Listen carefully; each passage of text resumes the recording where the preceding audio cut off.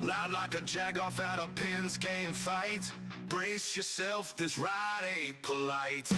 Dum Yinzers, loud and proud. Heads in the clouds, voices in the crowd. Chaos brewing, they don't play nice. Hold on to your iron and grab your prime anti-slice.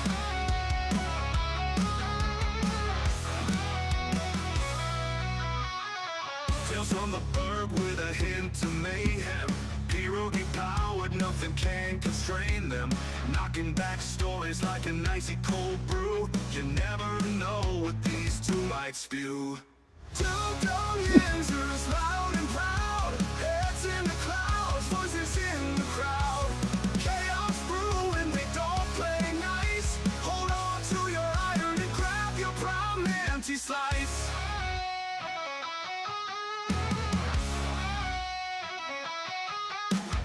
Tales from the burg with a hint of mayhem. Pierogi powered, nothing can constrain them. Knocking back stories like an icy cold brew. You never know what these two might spew. Dum Yinzers, loud and proud. Heads in the clouds, voices in the crowd. Chaos brewing, they don't play nice. Hold on to your iron and grab your prime anti-slice. Rivers collide where the laughs always flow. Black and gold thunder everywhere they go. The madcap kings breaking every mold. With two Dum Yinzers, the stories don't get old. Two Dum Yinzers, loud and proud. Heads in the clouds, voices in the crowd.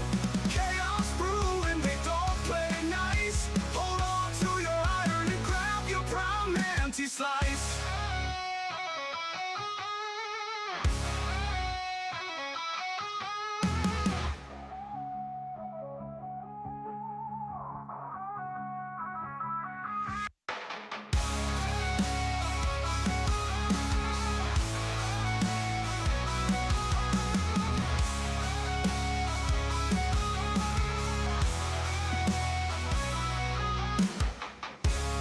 Yeah, hey now, good morning, good afternoon, everybody. Yeah, welcome back to the show. This is episode 944 of the Two Dum Yinzers. I want to say to everybody, welcome back to the show. So glad to see everybody today. It's this Friday, April 10. Guys, we're just 13 days away from the NFL draft. Next week, we're going to be down to the double digits, which is pretty unreal. Michael,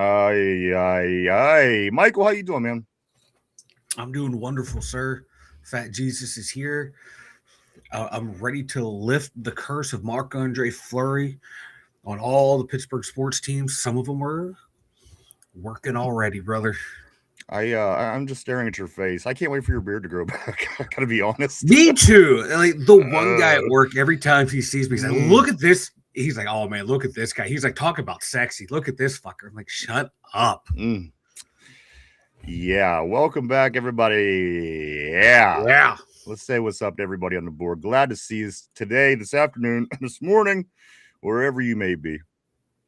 And just to address the elephant in the room, yesterday I happened to run off to a ayahuasca resort, and Mike ran off to get married yesterday. So again, if you were wondering, if you were happened to be wondering what was going on,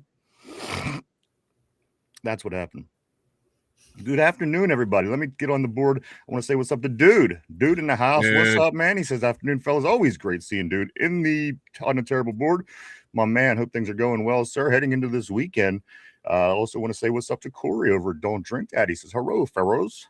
Hello to you too.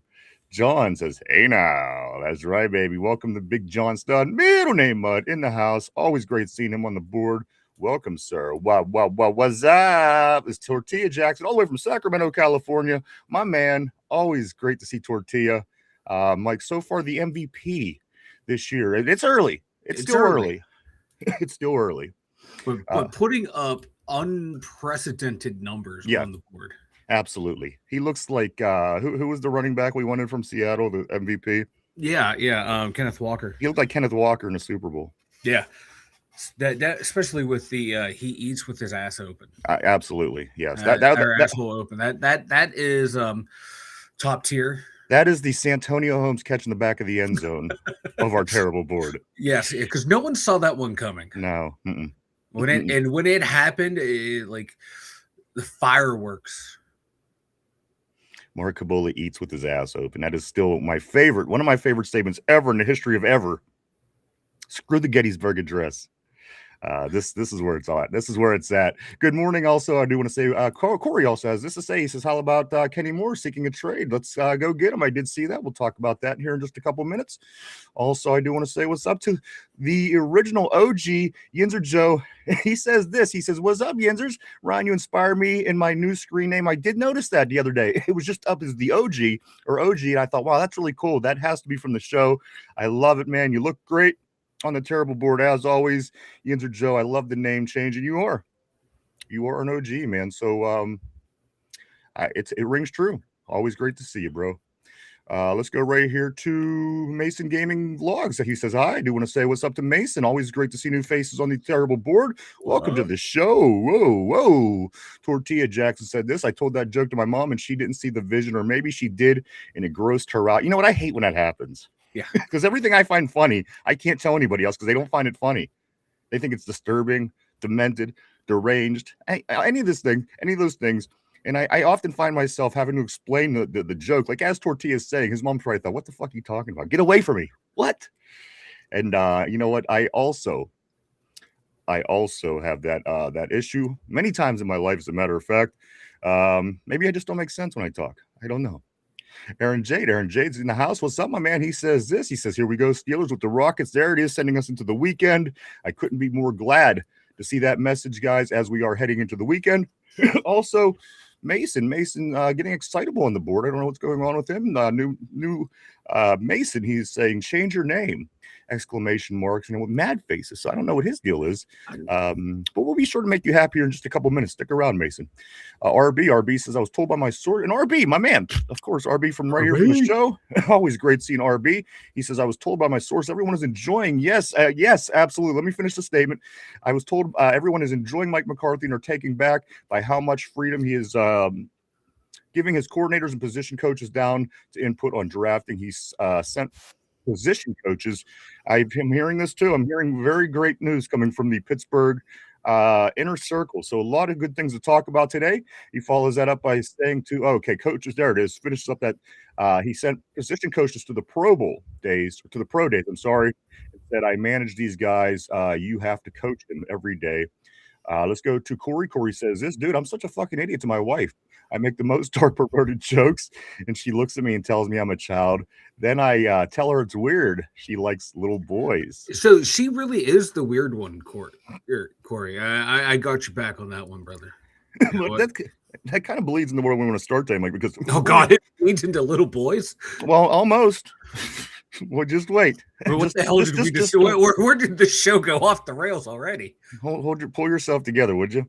Before we do get started into all the good stuff, and there is a lot of good stuff, guys, I do want to say welcome back to the show.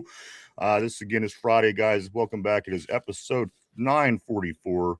Full steam ahead, working toward the big 1,000. The 1,000 show coming up this July. Got a lot of things planned for you. Don't want to go anywhere. Jello Donut also back on the show. I do remember this name. Welcome back, Jello. He says Freaky Friday. He said Freak Out Friday for sure. He says move on from Rodgers. Let's play Will Howard. Football team doesn't revolve around a 40-year-old quarterback. Time to move on. And you know what? I'm cool with that. I'm cool with that. Don't Drink That says, how the F did I start a segue? That's my next level. Laugh my ass off. Mark Malone in the house. What's up, big dog? Always great seeing Mark Malone. The Mark Malone all the way from the Midwest. He says Penn State already. Welcome, everybody. So before we do get started, I do have a couple things that I want to talk about. And there he is. There's my man right there, Ty, in the house. Always great to see the goat, Tyrone. What's up, brother? Always great seeing him. A couple things before we do get started, just because you know that we've been talking over the past couple of months. I've talked to Sassy Cassie the other day, yesterday, as a matter of fact, 2 days ago, and they're starting their tour Now, Sassy Cassie, if you don't know, she's the 2'11" stripper. She's the smallest stripper in the world. There's not a smaller stripper. This is the smallest stripper. She's a little bit larger than a fleshlight herself. And I talked to her, and I tried to get her on for a little bit before she went on tour. It wasn't possible. She was very busy, but she'll be in Western PA right around the time of the draft in that week, and she is going to come on. But she did give us a little bit to talk about leading up to her visit. She has a new product out. Hold on. Make sure all the women and children are sleeping. Women and children sleeping. All right, guys. Sassy Cassie, of course, the shortest stripper in the world at 2'11". Great friend of the show. She did work with us early on. We keep in touch with her pretty often. And again, she is on the road. You can check her out now. You can go to her Facebook page and check out the April schedule at Sassy Cassie, Sassee Cassee. Go check it out. They're coming to PA, Western PA, as a matter of fact, in a couple of weeks, Mike. They'll be down in Washington, then also up at Jurgles. So she'll be on that week. But until then, we have a little bit to talk about, Mike. Not only is she going to be on to talk about her touring, just what it is that she does, but she has a new product out. Yeah. We're not sponsored by this, or we're not nothing like that. I just felt that it was interesting to talk about. Well, Sassy Cassie, she has a new product out on the market. Mike, if you could put this up on the board so everybody can see. Have you ever wondered what it felt like? Well, now you can. Don't let my small stature fool you. Not everything in me is little. The Sassy Cassie pocket pussy. There you go, everybody. There's Cassie right on the box. Right on the box, you can see it. And it has a censored circle over the vagina, if you will, right there on the bottom, right by my box. And she'll be on in a couple weeks to talk about her new product. And I'm going to be honest with you, I can't wait. I can't wait to talk to her about her new product, Mike. I know that you already have one ordered. That is the rumor going around. I will not confirm nor deny said rumor. Just don't look up my credit card statement. Tortilla says, "Where's Cody?" He'd go wild over this, and I know he would, and we will get that back up. And I certainly, if I see Cody in the house today, I won't forget to tell him about it. I'm going crazy over this myself. Again, Sassy Cassie will be in just a couple weeks to talk to us while on tour. I cannot wait. I miss her. I miss the little thing. She's like a loaf of bread. Cassie, she is. So she'll be in a couple weeks. I'm excited about this. A whole lot of things. Oh, also one more thing. While the women and children are still in the other room. Here's one for you guys. And this, I just need you to settle this debate for me. I need the board. I need the board to help me today. So I had a debate with a friend of mine. Well, okay, so you know how we go on and on, Mike, about some of the things that are popular in porn, and we complain. Like, okay, so the step porn is where I'm going to start. Step porn, everybody's complaining. We said, what the hell's the problem with step porn? They're not really related. Blah blah blah. Well, the new thing, you can't go on Pornhub or any sites and not see ass eating. Where did the ass eating interest come from all of a sudden? And it's not just eating women's asses, it's women eating men's asses. Where did this infatuation come from all of a sudden? I do not know. But you know it's true. It is true. You can't, I mean, I go and I'm scrolling down, and I don't want to watch anything where a dude's getting his ass eaten. I just don't. And I just keep scrolling, and I keep scrolling, and it's the new thing. It's the new step porn. Ass eating. Yeah, it's a cultural phenomenon, to say the least. It's not something I enjoy to see on my screen, but hey, you know what? To each their own. That one I might kink shame you for. Yeah. Well, do you remember back in in season 2? I think her name was Wendy. She came on this show, and that was one of her stories. A guy tried hitting on her on the internet. He got a hold of her, and she didn't know who he was even. And he's like, "Hey, can I eat your ass?" And that was his pickup line. And I thought, okay, that's weird. But here we are, 4 years later, Mike, and the eating of the ass has become very popular. Apparently, I don't get it. Listen, I can see a chick's ass because chicks' asses are relatively clean. But I can't even imagine what will possess a girl to get up in a dude's butt. I just can't.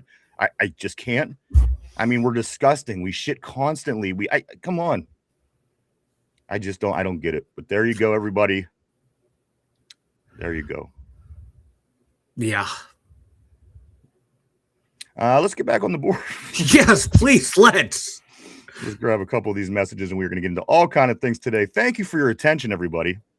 Thank you for your attention to this matter.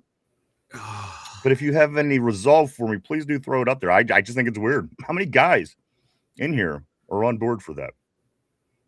I don't know. Just seems weird to me.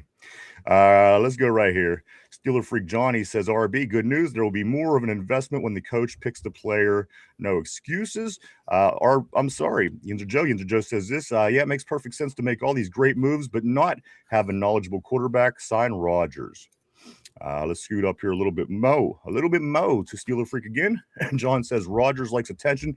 Plus, he wants to show at the last possible minute because he doesn't need the extra training, of course, because he was so great last year. Tortilla says, where is Cody? He'll go wild. And you know what? When he comes in, let me know, because I'll certainly get that that sassy Cassie toy over to him. I know he'll love it. RB says, John, I agree. It's also telling that he has a trust in all these guys to know what the team is looking for in a cultural sense, which I think culture is a huge thing that needs fixed. And that's what some people are saying. They're saying that it is. We'll get to that here shortly, or at least it's in the right direction. Mark Malone says, LOL, man, I don't think I could do it. I don't know how Derpy does it. Derpy. Let's go here. RB for the publicity. She should donate one for raffle for. I agree. And RB says he says that Derpy would buy 100 entries. She should. Here's the thing. I think she would, but I don't think she actually physically handles them. I think that if she buys them, it would be, you know what I mean? She would have to go through the company. I'm sure she had more control over that. I think that she would. And I will ask her. Ty, my man, he says 13 mother effing days. That's right, big baby. 13 days, less than 2 weeks from the NFL draft, if you can believe that. Tortilla says the two horny Yinzers. Jelly Donut says this. All those Indian people who came over to this country looking at it. They're probably trying it on and using it, sticking it back in the box. Mark Malone says, yeah, I don't get it. He says, I don't get it. I don't want no little tongues flippering around in my butthole. I just don't. Jelly Donut says tossing salad is a no-go. I couldn't agree with you more, Jello. It's just weird. It's weird. You know, when you're younger and you don't care and you're like, oh, let's do this. It's for you. I've never had an interest. It's a butthole. I don't know. Steeler Freak John says salad tossing has been around since the dawn. And it has, but it's real popular right now for whatever reason. As a matter of fact, I'll get back into it. Yinzer Joe says this. I don't care how long it takes to sign Rodgers. Everybody's acting like he's holding them hostage when he doesn't need to be there until the last minute, and no one likes it. Boo hoo. He's just in a sense, Joe. I mean, don't you want him to be with the team? I mean, you do have, the new coaching system, the new West Coast system, new players. I don't know. I would think it would be, you'd kind of want your quarterback there, but yeah, go ahead, Michael. You had something to say. I was gonna he's not on the active roster, so it doesn't bother me at all. In maybe a training camp, if he signed a contract and doesn't share the training camp, then I'll panic. Until then, it's it is what it is. I mean, listen, people are panicking, okay, but there's a lot of people that are just saying in a roundabout way. I mean, anything that we do in life. Let's say for the show. Let's say we had a person that only came on certain days or when we were only doing certain things, but they didn't come all the rest of the time, and they only wanted to be a part of the good stuff. It kind of falls in that category, and I don't know, it just doesn't sit well with people, as we've dealt with that on the show before. So I understand it, I truly do. And again, you know what? In all fairness, it's giving Will Howard a more opportunity to get reps, and I'm okay with that as well. So for that, I'm okay. For the other, I'm not. And here's the thing. Yeah, he's not under contract. But just the fact of, I mean, again, if you're going to be on this team, dude, do you want to be a part of it or don't you? Or you're going to come in later and try and install yourself and everybody's on one page because you're a veteran. You've been in the league so much, you could just do all this without being around the team. I don't like that because the team needs him more than he needs them. They need to feel him out and understand him. And but again, we'll see. Something's going to happen eventually, guys. The deadline The deadline is 13 days away, so we'll see what is said. Let's go right here to right about here. Let's go to Corey. Don't drink that. Well, after people saw the Epstein files and saw people were eating babies, and I guess ass eating is a drop in the bucket. Let's go to dude says toss salad. That's prison sex, baby. Tortilla says this episode of the Two Horny Yinzers is brought to you by Tater Tart. Ugh. RB says, psh, in this generation, fascination with trying to be shocking, like everything they do, and is new and outrageous. Little do they know they watered down version of the 80s and 90s. Kids, I couldn't agree more. Kids don't have shit on what we did. Like I said the other week, I get home from school on a Friday. And my parents wouldn't see me till Sunday night. You know, people don't even let their kids out of their sights nowadays, and I don't blame them.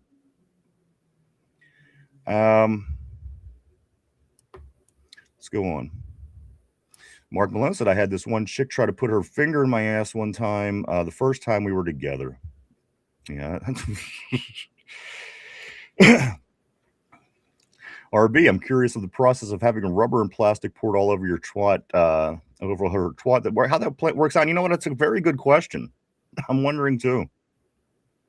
Jello Donut says this. Jello says, public service announcement. The G-spot is not in the asshole. It's the foreskin that is the G-spot on males. We did have that was a subject on an earlier episode as well, Mike, the G-spot in the male. Yeah, I believe it was. My God, that was like early on in the show. Yeah. Way early. Ty says, Mike, why hear this TJ Watt rumors? We do got some information on this. Also, Tortilla says, grab a Duke, don't lick a Duke. There you go. The OG, Yinzer Joe in the house. He says, Ryan Rodgers is familiar with the coach and the system. But nobody's, I mean, what if people, listen, what if they need him? The chances are he don't need them. I get that. But maybe they need him. Maybe the players would like to I don't know. Again, are you on the team or are you not? And listen, I'm not crying he's holding us hostage. He's not. And again, I'm not really saying that I don't believe that the team doesn't know what he's going to do already either. But again, you know, if we have somebody on this show that's with us, I would like to have them when we need them and when would be beneficial for us. And again, I understand the argument. I do. When are we going to stop babying these people is what I want to know. I mean, come on. You made $400 million in this league. Show up. Either you're going to come or you're not going to come. Make the decision. It's not that hard. It's not that hard. We made a lot tougher decisions in our life without making that kind of money, believe me. Dude says, just think when you're done talking about it, Rodgers salad. RB, not officially being signed can also help for now, especially if he's willing to be flexible with the money, which it seems to be. And that's the thing. They know it's a buddy system right now with him, and that's what it's going to be. And that's the way it was last year, and it's not going to change. It's probably even going to get even more buddyish under his new coach, unless I don't know. We'll see. He says this. He also says, which is so they can make some moves on the night, draft night, and then figure out what he gets. That's a good possibility as well. I wouldn't rule that out. Mike McCarthy has to manage Rodgers. He has to coach Howard, 2 different tasks. Tortilla. And here's the thing. Aaron Rodgers better come out on fire then. If he's so good that he doesn't need all this preseason stuff, this offseason, he better be as good as any quarterback in the league. Otherwise, you could have been sharpening your skills. So he better be damn good this year. That's all I got to say, because he's going to play around again. He's probably we'll watch it play out. Tortilla eating ass started in Cleveland, and that is why they are the Browns. Despite what they say about Paul Brown, it's just a salad tossing. Very, very big in Cleveland, of course. Corey says this on Don't Drink That. I heard Tater and Derpy starting a new podcast called Derpy Creeps and Peeps. Yeah. Funny stuff. Don't drink that. Joe likes that. RB says these kids are fucking weak. I agree. They don't leave the house. You don't see kids out anymore. I drove through the neighboring town. It's a small city, and there's no kids out anymore. That whole entire main road used to be packed with people and kids. It's like a ghost town. It's unbelievable. Let's go right here. Corey, no. Let me go right here. Let me go somewhere, I promise.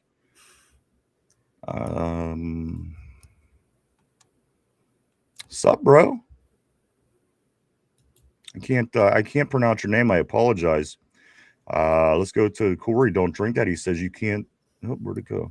He says you can't build a effing rapport with new players if you don't show up. You need to get him to get timing down, learn personal habits, and where they shine as a quarterback. I mean, maybe he would have learned something about Roman Wilson last year if he would have been there or participated in preseason. I don't know. Again, it just I see the mics disagreeing, but he was there at training camp. Okay. Like, this is just team meetings and stuff. Like, he's not even on the roster. Like, it's just, I don't know. It's just asinine. Like 2-3 days ago, oh my God, Rodgers let him do his thing. Now, oh my God, he's missing so much. We're so far behind. It's just, I don't know. The conversation is just weird to me. Like, okay, he's not even on the team. I'm worried about everyone who has signed a contract is here doing their job. The Steelers know what's going on with Aaron Rodgers. Him and McCarthy said they talk to each other all the time, so they know the Steelers have plans in places for if he's going to decide to come back or not. So I don't get the sky is falling mentality about. See, now if it was a ridiculous argument, I can understand why you're so pissed. You're so pissy about it, but it's not ridiculous. It's a common. I mean, if it was your workplace, you want everybody there, even if it's a guy that's been there for 40 years who knows what he's doing. You need him there because you want better performance. I want the guy who's thinking about working here at the job. No, I want the guys who are here. Absolutely. And what about they're here, but he's not here. He's just a potential new hire that I don't know anything about. That, okay, I'm going to do my job until he shows up. No, not a potential new hire. Somebody that's been with the job, as Aaron was. He was here last year. So a rehire. We're bringing back someone in who knows how we. Mike, okay, so bringing the boss. Listen, I just want to say this and bring it in. All right. Cool. So I don't know how your business works, but I need you to understand the point of what I'm saying. You're really starting to move things around, and you got to stop. I don't think that this is a crazy argument. I think this is a natural argument that anybody in their lives would have. If there was somebody that was, kicking the can down the road a little bit, people, again, maybe they do within the organization. No, we don't know this one way or the other. So, I mean, if you argue it, you don't know. I mean, it's a possibility. It's a theory, but we don't know this. And at the end of the day, some of the younger people may need to have their quarterback around to, again, learn his personal habits, learn what he likes, learn what he wants. Maybe, again, if he was more involved, Roman Wilson would have known more of what he wanted last year instead of, not being good enough for Aaron to throw it to him or even Muth or whatever. We don't know what happened.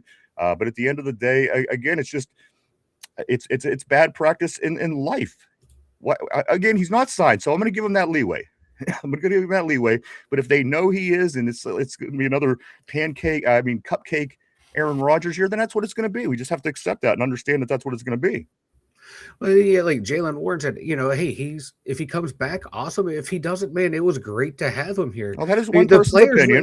Most of the players are like, cool. If he's here, awesome. If not, hey, that was awesome that he was here. And of course, he's going to say that. He's not going to. They're not going to come out and badmouth him. It's just with the possibility of him coming back. Come on, that's crazy. They don't want to. They're not going to get the ball. You know what I mean? They're on their shows today. Well, I really am doing nothing wrong. You were the one that's actually kind of starting. So I'm going to move on. Let's stay on the board here, though. I am going to go right around. Yeah, see, it doesn't have to be like that, Mike. You could. I'm just as you are stating your opinion. I'm stating mine. That's all. Let's go right here too.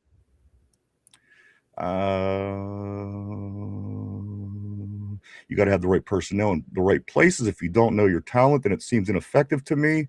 Jello Donut says this: the only thing the Steelers do not have is a running back, or at least I don't have an idea. They got some running backs. Jalen Warren's coming back, then also Rico Dowdle. We got picked up from Carolina, which is a pretty nice pickup. So he'll be playing the role of Kenneth Gainwell basically this year. We'll have to watch how that plays out. Jello Donut follows it up by saying Rogers better not suck or the fans better boo him the fuck out, and I'm sure they will. Steeler Freak John says this: the Rogers salad can be ordered at the Derpy Vegan. You bring the meat restaurant. Sounds scrumptious. And today's what I miss. Yeah, you might want to go back and watch. We did talk about some vaginas and some buttholes and a few other things. You might want to go back a little bit and check it out. And today's always great seeing you on the board. Jealous says this: parents got lazy and let the kids be patented by the screens. And that's what it is. Every single kid is in front of the screen like crazy. It's insane. The kids just don't go outside. Oh, Mike got something. See, this is how I can tell Mike's in a mood today. Here we go. I didn't say anything. I wasn't even reacting to that. Okay. But you started making faces when I said it, so naturally one would think that you were reacting to it. Let me move on. Let's go here to Richard. Always great seeing Richard in the house. Richard says, I hate when quarterbacks and receivers don't show up for training camps. Then the quarterback complains about the receivers not knowing their routes. Corey says at RB, right, I threw football with my son yesterday, and he threw his arm out on the first pass. Parent had got you on that, Joe. That's what I thought you were going for. Tortilla, because all the kids get taken to the island. John says this: is Mike breathing? Get a mirror. He's over there steeping. I don't know what his issue is today, but he's in a mood. I'm not in a mood. I'm good. All right, RB. In fairness, you aren't getting timing in shorts and t-shirts. Let's also go to Corey. I mean, listen. It's okay. We can disagree. It doesn't have to be that kind of show. Don't drink that. Corey says, I'm not arguing that, Mike. I'm just saying for people that says he doesn't need to be at camp. Or at, what organized team activities. So I'm not worried until if he signs a contract, and he doesn't show up to these things, then I'll be worried. All right, we'll just put that in your pocket. I'm sure we'll be having that conversation down the road. Yinzer Joe says this is not Rogers' job to coach the new players. But don't listen. I know, but if these guys ever played on teams, I wonder, because some of these things are they're no brainers. If you played football, you know these things, and I don't understand what the problem, like why people aren't getting it. It's not Rogers' job to do to coach new players. It's the coach's job, and veterans that were signed, if they can't do the basics, there's a problem. The rookies need coaching, not Rogers. All right, he better be damn good. That's all I'm saying. End of days, I want Rogers to come back. You know what? And listen, I'm cool either way. That's my deal. If he's here, I'm cool with it. If he's not, I'm cool with it. Because again, Will's going to get a lot of reps one way or another if Rogers don't comes back, and I do like that. So I'm either way goes. What are you going to do? I'm cool with it either way. Mark Malone, yeah, that's a thing. He doesn't work there. Yinzer Joe says exactly Tortilla. Oh, hold on, and I missed Tortilla. Tortilla says, yeah, I don't like it, but at the same time, the only people he really hasn't really met yet is probably Rico and Pittman. John says the warning flash just went on. The meltdown is coming. I feel it. Then he's doing that face like, no, not me. I mean, I'm good, man. Oh, I know. Let's go to Richard. Always great seeing Richard Jankowski on the board. He says it's building chemistry. That's exactly what it is, Richard. Mark Malone says he better throw it to Roman and mute Daddy this fucking year. Ty says A-Rod waiting to see that left side of the offensive line fixed. He did get sacked by his own offensive tackle last year, so. Right? He's probably thinking, is this guy coming back or not? He's waiting to see the progress report on Brojo before he decides. Tortilla says, don't take the bait, Mike. Don't do it. Jelly Donut says, ooh, Dwaddle. Okay, even better. So Rogers has no excuse. Yeah, I agree. Dwaddle's a nice pickup, man. Over 1,000 yards last year. And you know what? So was Jalen Warren, even with Kenneth Gainwell in the backfield doing everything that he did. Jalen almost even got 1,000 yards on the ground. Was it Jalen, right, Mike? Yeah. He felt like 70 yards short, I think. Yeah. So again, you got two pretty good running backs. They run hard, and it just kind of goes Jelly into what it is that they're doing. These bigger, more physical wide receivers, these physical runners. Let's get this offensive line another year together. We might be able to bully some teams and find a ways to win football games we weren't against better teams. Hopefully, Don't Drink That said it's not Aaron's job to coach him, but he wants to play OC when he does. Exactly. When he doesn't like the play call and gets the blame when shit goes bad. So it makes sense that he would want to guide his young teammates. Don't drink that follows it up by saying if and when he shows up. Let's go right here. RB says Pittman and Rogers are friends. Pittman spoke on this. Aaron Murphy says 9-8, which it's a possibility. Welcome back, Aaron. Nice seeing you on the board. It's up 9-8's a possibility. No two ways about it. Tortilla says, yeah, we'll be fine. Steeler Freak says this. Ryan doesn't know he is pushing Mike's buttons. It's his personality and style. I know this. I do know that. I can't control that. It's because we know how to push each other's buttons. And I know how to diffuse it too, and that's what I tried to do. So I hope you recognize that as well. Nah, you're pushing buttons, motherfucker. I'm reading the messages.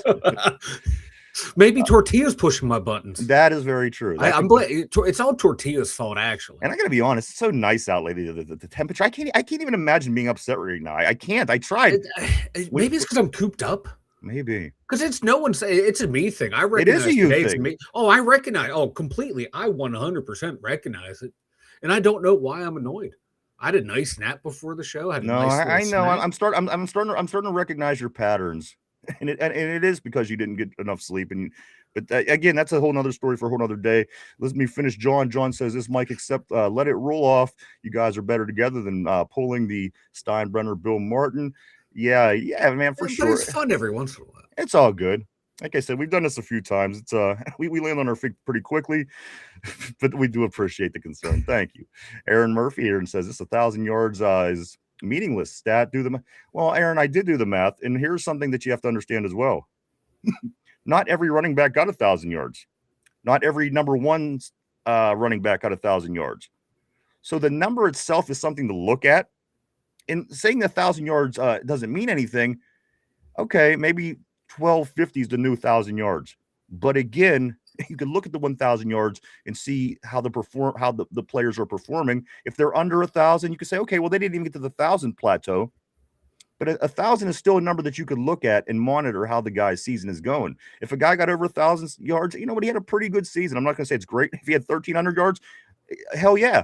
But at the end of the day, a lot of running back ones didn't even reach 1,000 yards on the year. So, I mean, it's a number that's used.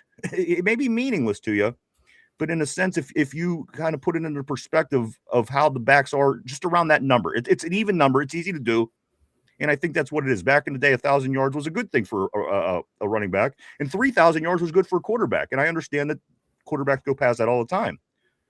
But it's a good litmus. You can look at it and say, oh, well, this guy, he was supposed to have a good year. He didn't even get 1,000.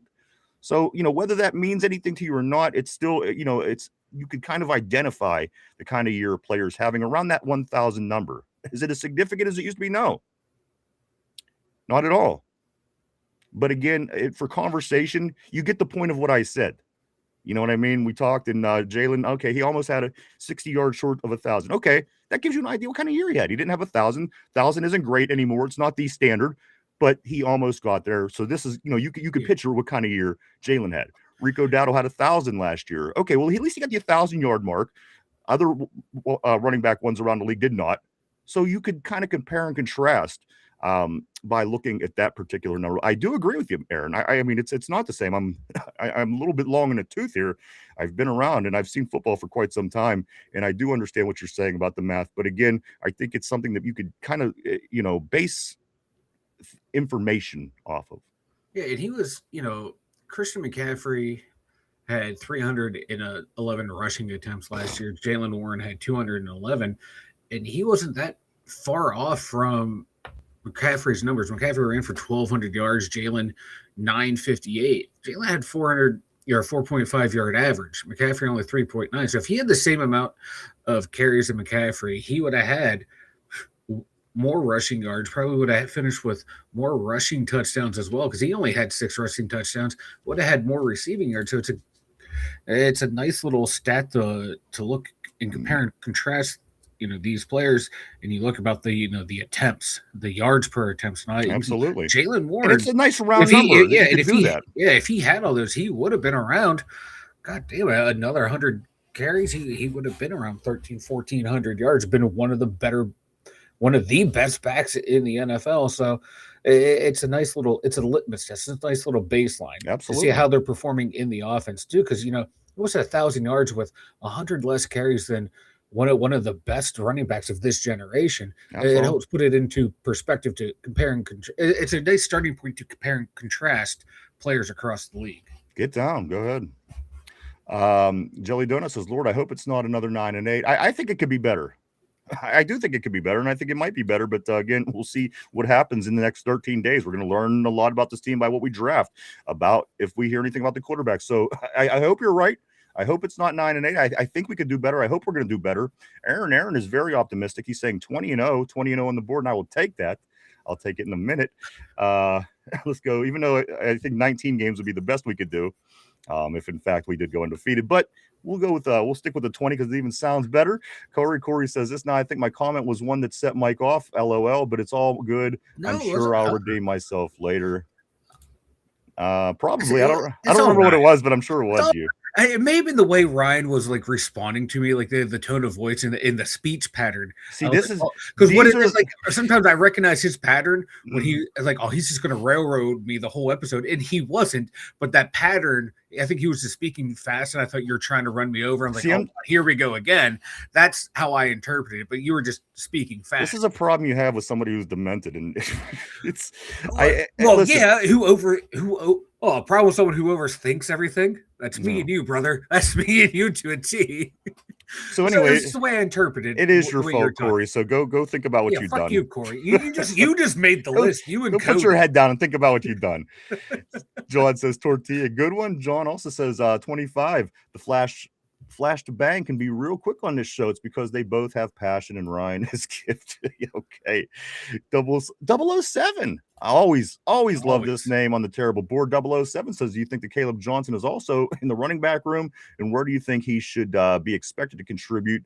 Or do you think he was a waste of pick? That question is going to be answered this year, 00. And unfortunately, I can't give you the answer because I think it could really go either way. I wasn't in the small sample size that we got of Caleb that thrilled with what I seen. I didn't see acceleration. I didn't see movement. I didn't see tackle breaking abilities. But there was a couple times that he did get a run that he busted up the middle for about 9 yards. And so, I mean, there was small things you like, small things you didn't. But I think this year getting more of an opportunity, not getting yanked at week 2, I think we're going to get a better idea of what's going on with him. And again, every play could potentially be a player's last play of the season.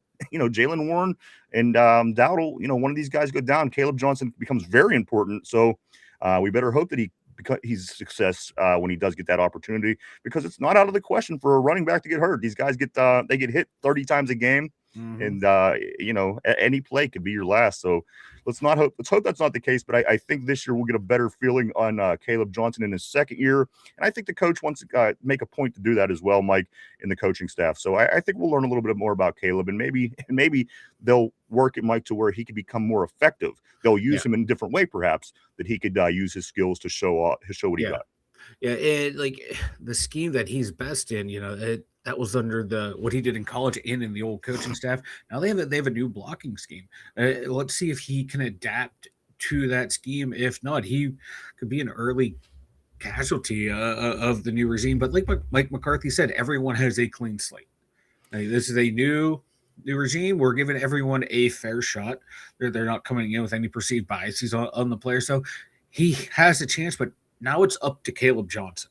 It's up to him. Can he do it? Can he change his running style?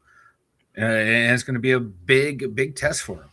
Absolutely. Tortilla says this. I feel like that's the most Steeler fans, though. I argue with more Steeler fans than anyone. And here's the thing. What I learned about Steeler fans, there's usually two opinions. And both sides are, for whatever reason, strongly opinionated. For many reasons. They love their team. But then they'll argue till they're blue in the face. But it's like, you know what? Who cares? And too, like when I argue with Steeler fans too, like nuance is thrown out the window. It's the argument is black or white. There's no room for. I see where you're coming from that point, but I think you're. But I want to play devil's advocate and argue with you about something totally different. Yeah, I will. That's what I'm saying. It's not because it's literally not because of the Steelers. It's usually the personalities, and people are fucking creeps these days, man. Especially on the internet, when you can't reach across and punch them in the face. People are extra bad. It's just what's going on these days. It's the way it is. It's the way that things are going. Let's do scoot along right here to Ty. Agree, Mike. That's the Smith special. John says I signed Ryan up for the old couples Love on the Spectrum show coming up on Netflix. Speaking of Netflix, tomorrow Tyson Fury has a fight at 2:00 p.m. I'm sure it's not going to be till about 5 or 6 when he actually fights. But Tyson Fury tomorrow is fighting some Russian, the weird, very hard. I don't know his name. Makhudov is his last name or something like that. Isn't he playing left wing for the Devils? I don't know, but this guy has a big fight tomorrow against Tyson Fury. That will be on Netflix. I will be watching that one for sure. Mark Malone says 13-4 this year. Ty is saying 11-6. John is saying you wrote that last year. Mark Malone, you wrote that last year. Mark Malone says I was wrong. He's going with it again, but also he was anticipating the start of Mason Rudolph last year as well. So I don't know what Mark was thinking. Let's go here. He says I signed Vanilla Thunder up for The Bachelor. There you go. There you go. See, now Tortilla, you're making it back to the friend list. So he's on The Bachelor and he wants to start arguing with everybody. Yeah, that's you know what? I'm all for it. Believe me, I'm all for it. I will watch. Gonna argue with a bunch of baddies. Yes, you will. Yes, you will. I will do it. I've seen you in every situation. I've seen you argue with women. You saw me at the tailgate when the women were flocking to Vanilla Thunder. You're gonna get but I am Fat Jesus now. I kind of repented my ways. John says I took a picture of Derpy's face during the past meltdown. He looked panicked and needed comfort food. He's been eating nonstop ever since. I know. He was probably eating, as a matter of fact, when that went down. Ty says I got faith in 20, and I hope so too. I hope 20 could do fine. Ronald Albright, my man, what's up, dude? Always easy. I'm kind of reading his text and talking at the same time. Always great to see. He says, I can easily describe Caleb in 2 words. Tim Worley, a good friend of our show. As a matter of fact, you could go back and find the episode where Tim came on. Very, very, very, very nice guy. Go check it out. Hey, Somber, what's up, bro? But you could go back and find the Tim Worley. You could find Levon Kirkland, Chad Brown, Chucky Jacoby. Go back. There's all kind of good interviews right here on the Dum Yinzers network. But Tim Worley, that's a pretty good assessment, Ronald. I will continue to watch. Again, maybe if he starts fumbling a lot, we could definitely say he is Tim Worley, and then we'll go from there. Let's go right here to Corey. Don't drink that. What's really crazy is a lot of the time we're all arguing the same shit, but it's exactly what's going on. And that's exactly. Listen, I don't listen. We don't go into politics on this show for a reason, but if you watch people argue right now, they're literally arguing the same exact things. They're just changing the names. As soon as something happens, the people that's arguing about this will totally get on those people that were just literally doing the same thing that they were doing. This is what's going on. People have really, they just want to fight. I don't think people, because they find a meme. It's a meme for one, and then they'll get on there and they're like, oh, no, this is this, and then the person will get on and argue, and I'm thinking that person was just getting on that person last week. It is crazy. It's crazy, and that's why I don't touch politics on this show. I do have an opinion, but again, it's dumb. It's dumb what's going on. Do it face to face. Let's see how those conversations turn out. I'm just saying, let people punch each other a couple times. Get back to reality. Everybody's too comfortable on their side of the computer. I'm just saying. Undusen, ja. Exactly. That's why I refuse. I can't. Come on. Let's get back on the board, though. Let's go right here to John. John says third rounders have 30 to 50% to be successful. Also, Tyrone, he says, I was telling Tortilla yesterday, and I was telling you that I was going to go to Taco Bell, and I did. I got two cheesy gordita crunches and a side of nacho cheese, and it was fucking awesome. That sounds so good. It was great. Let's go. Let me finish Tortilla here. Or Ty, I'm sorry. I was telling Tortilla yesterday I used to argue with Steeler fans about JPJ his rookie year, that he would be the best. And they used to, and here's another thing, and this doesn't piss me off. As a matter of fact, I think it's kind of funny now. But when somebody puts something relatively important up on social media, there's always the one person that hits the laughing face just to be a dick. And I'm starting to dig that. I'm starting to think, oh, man, that's actually kind of funny because, sometimes it does fall into my area of humor. But it's, this is social media. This is what the world is now. You could say something that you totally believe in 100% and it's near to your heart. And it's been that way for 40 years. and you put it up there and somebody could laugh at it immediately. So I'm just saying, it's just what it is now. People are creeps. Go ahead, Michael. No, I like poking the bear. Oh, no poke. Let's go right here to John. John says, Sommer didn't miss anything important. You did not. Just Sassy Cassie's vagina at the very beginning of the show. If you want to go back and rewind, we did have, Mike, I throw it up. What the hell? There it is, everybody. Have you ever wondered what it felt like? Well, now you can. Don't let my small stature fool you. Not everything in me is little, guys. You can now get the Sassy Cassie, the smallest stripper on the planet at 2'11". You could get her toy right now available at Intimately. Go check it out, everybody. Sassy will be here in a couple weeks as she comes to town. 2 shows right here in Western PA. A couple weeks. It's going to be a great time. I can't wait to talk to her about her vagina toy. It's going to be fun stuff. Let's go on to the next comment right here. John says this, the true sign is the guy who admits he was wrong. And you know what? I'm always wrong. I admit that. I'm not the, even though it seems like I pretend like I know a lot, I don't. And I'll be the first to admit you, I'm not smarter than anybody. I'm really not. I'm just a person trying to get through this thing like everybody else. I'll never say I'm wrong on the show, but off air, I was like, yeah, right, I was wrong. I know. Ty says no somber. Also, Mark Malone. Remember, I was saying 12-5 with Rudolph, though. In hell, we might have gone 12-5 had DK not been suspended. Somber says, bet Mark Caboli in the house. Always great seeing Mark Caboli, who's known for eating with his ass open. Let's see what ass open. Let's see what Mark says. Excuse me. He says, Tortilla, Mom wants you to come help put the patio furniture out tomorrow. She tried to call you earlier. I told her I'd take care of it now. Off to give her the Chi-Town chili dog. Google it, baby. I don't want to. No. I'm not going to Google that. Mark Caboli shot out of a cannon today. Tortilla says Caboli farted and his power went out. They're wondering what happened in Iran. That wasn't bombs, everybody. That was not bombs. Let's go to Somber. He says, this or that mindset, there's no middle. Yeah, you're right. And everybody's so extreme. Everybody's got to be extreme. And I told Mike on the way up to the Steeler game, I remember in the car having this conversation. I said 2 things.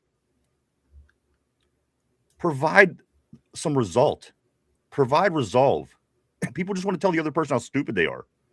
Okay, well, you're not proving anything about yourself. You're just proving that you're an idiot calling somebody name. Provide resolve. You can sit there and badmouth everybody till you're blue in the face, but until you have resolve or an opinion on how things could be better, that's what I'm saying. I'm just convinced that people are they're creeps, man. They just want to fight. They just want to argue. And again, if that's your thing, whatever. But it be what it be. Let's do scoot up here to Tortilla. Ty says Tortilla. Here we go. LOL. John says I gave 2 day counters, one for the last technical difficulty and one for the last meltdown. And yesterday, Mike did go off and get married while I went off to the ayahuasca retreat. The ayahuasca resort. That's right. And colonics too. Ooh. Taco Bell gang. Always, baby. That Taco Bell was freaking scrumptious. And I haven't had it in a while either. Corey, don't drink that. He says the best way to argue or debate someone is to start in a place you both agree at and argue out instead of trying to argue your way in middle ground. Hardly ever. And that's the other thing. The second part of it, when I'm my conversation, if you don't want extreme, we have to stop voting extreme. Vote for more moderate candidates. Get more moderate people in there, the people that are level-headed. We're going to try to piss each other off and go the furthest route we possibly can to piss the other people off. Well, that's not doing you any good either. Because now the other team, they're going to put their person out that's going to piss you off, and you're going to do. So again, it's not making anything better. People need to, again, have answers, for one. Don't just call somebody a name. Makes you look like a douche. And for 2, vote moderate. Get more moderate. Get more in the middle. That's, in my opinion, those 2 things could go a long way. Will they fix everything? Probably not, but I think it's a good start. Let's do scoot up here a little bit more. I'm going to go to John. He says, I never voted. Both sides work together. I couldn't agree with you more. He says they need each other to blame. One party would cause a revolution. The same arguments were going on between Hamilton and Jefferson. I couldn't agree more. Tortilla, the 2 dumb therapists. That's right. 2 dumb therapists. Also, John says this, those guys used the newspapers to brainwash and spread their propaganda, which back in 2009, they literally passed a bill that's saying that you could use propaganda on Americans. And we were focusing on other things, and it went right under our noses, but it's still in there. So who knows what the hell they're doing to us now. Let's go here to end of days. End of days says Steelers must be smart and take a quarterback in the second or third round. Here's a couple things, guys. We were like 23. We're at 23 of our 30 visits right now. And as you notice that Ty Simpson has not been here yet. The one name that everybody seems to keep connecting with the Steelers, not in, Mike. We got 23 of 30 down on the visits. That's not including the local visits. So 23 of 30 is where we're at. And again, still no Ty Simpson. Still no Ty Simpson. And as we get closer, we're getting to like more and more guys that you see picked in the first round. You know, we had Mekhi Lemon come in yesterday, the safety from Toledo. We have 3 guys coming in today, and none of them have been Ty Simpson. And like all the quarterbacks we've looked at seem to be round 5 through 7 type quarterbacks. And what do we need that for, right? I mean, we already have a 5 through 7 quarterback, and we have a big draft coming up next year with a lot of good quarterbacks. Yeah, and you because if you don't like a guy, don't take a guy just because everyone says, "Oh, we need a guy." You don't do it. You don't do it. And you have Mason, who's again, he knows his team, and he's the backup. And you have Will. So again, I mean, if you want to force the code to take the preseason like you did last year, maybe I don't know, but again, it really doesn't make much sense. But let me get these lists out, Mike. This is what went down. Of course, on Wednesday, the list was Skylar Bell, the wide receiver out of UConn, was in town. Jacoby Thomas, the safety out from Miami, he was in town on Wednesday, and the BYU linebacker Jack Kelly also in town for visits on Wednesday. Yesterday, Mike, 3 more players came in as well. Let's see, Mekhi Lemon. He was in here probably freaking everybody out with his head nod. Mekhi Lemon, he was in town yesterday for a visit. Of course, the wide receiver out of Michigan, or USC, Marlon Klein, the tight end out of Michigan. He was in town yesterday for a visit. And also Emmanuel McNeil. Emmanuel McNeil was visiting yesterday, Mike, the safety from Toledo. So that is where the visits are right now. And again, as of now, we hit 23 of 30, and that is non-local visits. So those the Penn State guys, the Pitt guys of this nature, they don't count on this list. So 23 out of 30. No Ty Simpson. I don't have a problem with that. I think I don't like the idea of bringing Ty Simpson. But again, Mike, just notable to talk about, because again, at the end of the day, this is something that this name you've heard many a times leading up to this draft, which is now just 13 days away. But again, still interesting that we are just 13 days away, and Ty Simpson still hasn't been to the Steel City. Yeah, and I just don't think it's going to happen. And I hope it doesn't happen. I don't want any of these quarterbacks to be seen as a potential starter, and he would be like the only one who would. Like, if they draft a Carson Beck in the 4th, 5th round, okay, it is what it is. That's a sign that he's going to be a developmental project behind Will Howard, to see, like, do either of these guys have what it takes to be a franchise pick or not, or a franchise quarterback or not. Cool. That's okay. But if you get a Ty Simpson, and it's immediately like, when's he going to start? When's he going to play? Oh, no, you're going to have a battle now between him and Will Howard. They don't need any of that. They just need to keep doing what they're doing, building this team, filling the holes that they need to fill, and just chug along, because I don't think any of these quarterbacks are the answer, and it sounds like the coaching staff doesn't think any of these quarterbacks are the answers, because the way they've been talking about Will Howard, it seems like they're kind of invested in him to give him a shot, or at least take a good look at him in training camp and the entire process throughout the year to see if he has something to become a guy down the line. And they always have next year to get another quarterback if they don't like him. And a good next year, a good class of quarterbacks. And let's just say you mess around and play around with Will and Mason, and you don't exactly get to where you want to get. It gets you a little bit closer to that quarterback. I'm not saying throw it, but I'm just saying if it happens, it happens. And fortunately, sometimes that's the way that it happens for you. Things, you can't have perfect everything and then expect to catch lightning in a bottle. You can't have everything. You can't have everything. Let's go. Let's move on. Mike, you good? I'm good. Yeah. Okay. Steelers must be smart and take quarterback in the 2nd or 3rd round. And today's also John says, watch an old movie from the 70s called Network. They were talking the same shit back 50 years ago. Chad Schrader, what's up, my man? He says, what's up, Ryan and Mike? Here we go. What's up, baby? Always great seeing Chad on the terrible board. My man Ty says this. Hell no, we ain't taking no quarterback 2nd or 3rd round waste. of pick. Sosh, great seeing Sosh all the way from Switzerland, everybody. He says, greetings from Switzerland, you sexy bastards. Damn straight. We know where the sexiness is on this screen. Yeah, that's right. We do. Right here, baby. We sure do. Let's go here. John says some folks know they are being lied to and are okay with it I know. It's a crazy world we live in. No two ways about it. Let's go here. Corey says, well, there's that rhyme, but also it's starting from a place of respect. When someone respects you, they're more than likely hear you out. Absolutely. Why hear somebody out that doesn't have your back all the time? I don't know. Again, that's just me. John, dude says, if Mighty Mouse and Superman had a fight, who would win? I would guess Superman. He's bigger. Honestly, Mighty Mouse, he's small and compact, dense. There's a lot of energy in those punches for being so small.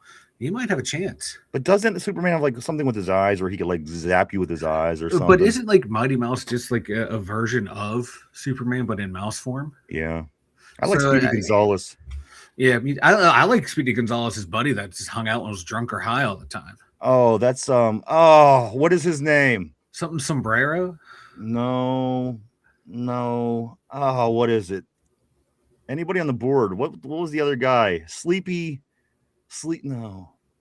Rodriguez or something like that. Yeah, something like that. Yeah. I forget. Where's Cody? Where's Cody when you need him? Right. He knew it the last time we asked him. Cody would know this. Let's go here to Somber. He says, how about them Steelers, Somber? Always great to see you, bro, in the house, my man. Let's go to John. Says the media was dying. Then the Trump reality show came and brought life back into falling industry. Public Enemy. Don't believe the hype. These guys called out the news and was screened. Steelers.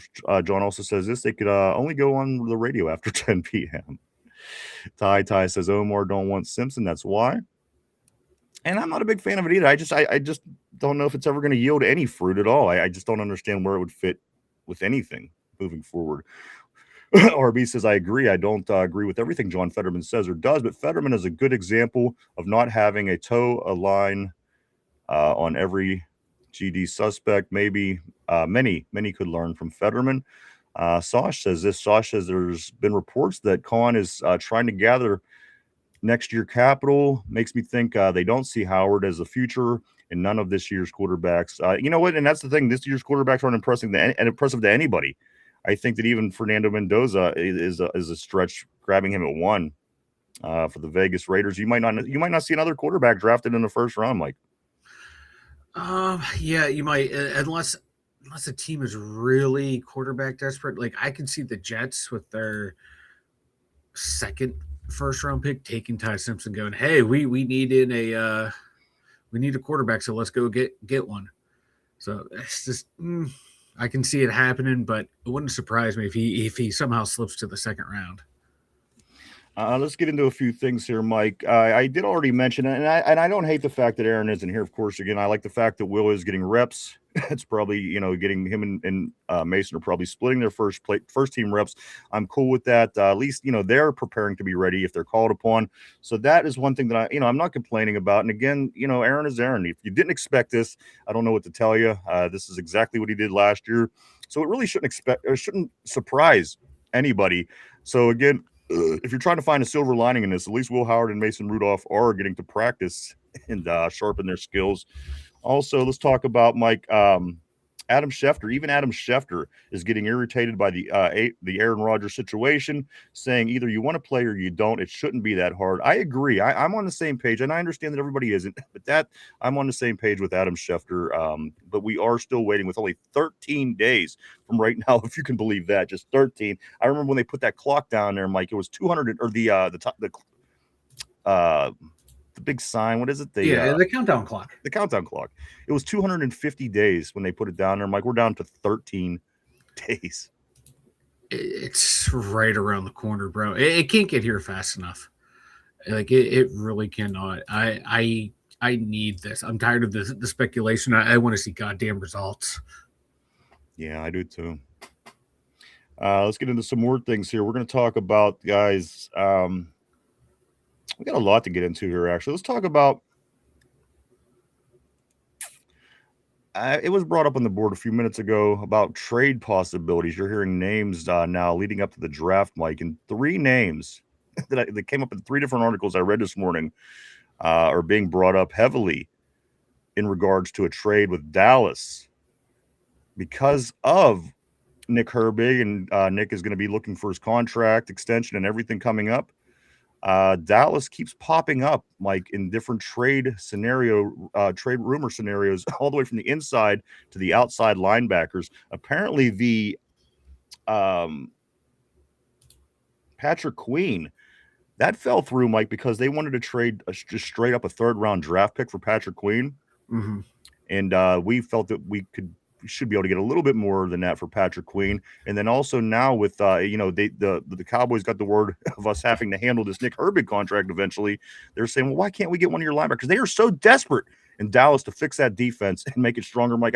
I think they've wanted every single defensive player in the league at some point this offseason. But so now the TJ Watt possibilities and even Alex Highsmith possibilities are being thrown around, like, just because, again, you kind of have a good situation at the edge. If you're the Steelers, it's a good problem to have. Yeah. How do you handle this? Do you throw Dallas some crumbs and move one of these guys again, because you're going to be looking at that Nick Herbig contract, and I'm sure he's going to want some money. He's going to want some money because I was on Twitter the other day, and last year when he was on the Cam Hayward podcast, he was saying he's a spot track junkie. He watches and sees everyone's contracts at the edge position. So he's kind of like TJ Watt, just looking at that money, and he's probably going to want a nice substantial contract because he knows how productive he is. And if the Steelers want to keep him, they know they're going to have to pay a pretty penny for him. And the way to do that is to ship off either Highsmith or TJ Watt. And the most logical one would be shipping off TJ Watt. But with that salary and the cap hit and everything, are you going to get much value for him? Are you going to get anything more than a 3rd round for him? You know what, Based Mike? on production and contract, the value I think you get for moving TJ Watt is to get out from underneath that huge ass contract and have money to give to other players and build a team. Yeah, and if they're willing to do that and take a little bit of backlash from the fans, go ahead and do it. He would be the one that I would move because he's getting longer in the tooth than everyone else. But like I keep saying, these guys get hurt, all of them do. So you kind of need anyone, or you kind of need all 3 of them there to be productive. But for the sake of this argument or discussion that we're having, like, I would not be opposed to trading either one of those 2 if it helps us land a higher pick to get someone to fill an actual position of need. Because to get better assets, you kind of have to ship off the parts that you have an excess of, and we have an excess of edge rushers, and we have 2 older ones while we have a younger one. So those 2 older ones got to come in to the equation. I got to be honest. Yeah. No, you're right. Let me move on here. If you want to find where we be, let's go right here. Maybe they do get a quarterback, though. Mark says RB says Ty isn't going to make it to 21. I can see Arizona trading down some, or even the Jets or the Cleveland taking Simpson way earlier than what the mock draft dummies are predicting. He's saying, and you know what? I don't have a problem with agreeing with that either. I just, again, I don't know if these guys, if this is who Arizona and this is who the Jets and this is who these teams think are going to be their guy, do it. I don't know. Pull the trigger. I just don't think it would be the right move for us. Mark Malone says, I like Robertson. I'm sorry. Dude says the NIL money changed the quarterback coming out for the draft. Also, Tortilla, he says, be like Men in Black with Beck and Lemon. Be like Men in Black with Beck and Lemon. Let's go right here to Somber. He says, Deke said that Marlon Klein is a 6th or 7th round pick. Let's scoot up here a little bit. Not a lot, but a little bit right here. RB says, I like Perkins' demeanor. I don't like Perkins' 220-pound frame. Ty says, my top guys right now is 1 Vega, 2 Lemon, 3 Cooper Jr., 4 EM Dub, 5 McDonald 1st round. Also, no, I don't want to get into that yet. Get into that in just a moment. Let me just scoot up here a little bit more. Well, here's the thing. I was going to say this. You have to also consider that there's going to be two teams in our division that desperately need wide receivers too. So we're worrying about this, worrying about people ahead of us stealing our quarterbacks. And the thing that we do need is the wide receiver spots. Baltimore, they lost likely. They lost another set of hands, I think. Mm-hmm. And then also Cleveland, they're going to be hunting. And with all these big name wide receivers, there might not be quite the pickings that we want to be come 21, Mike. So, we're worrying about this, that, or the other.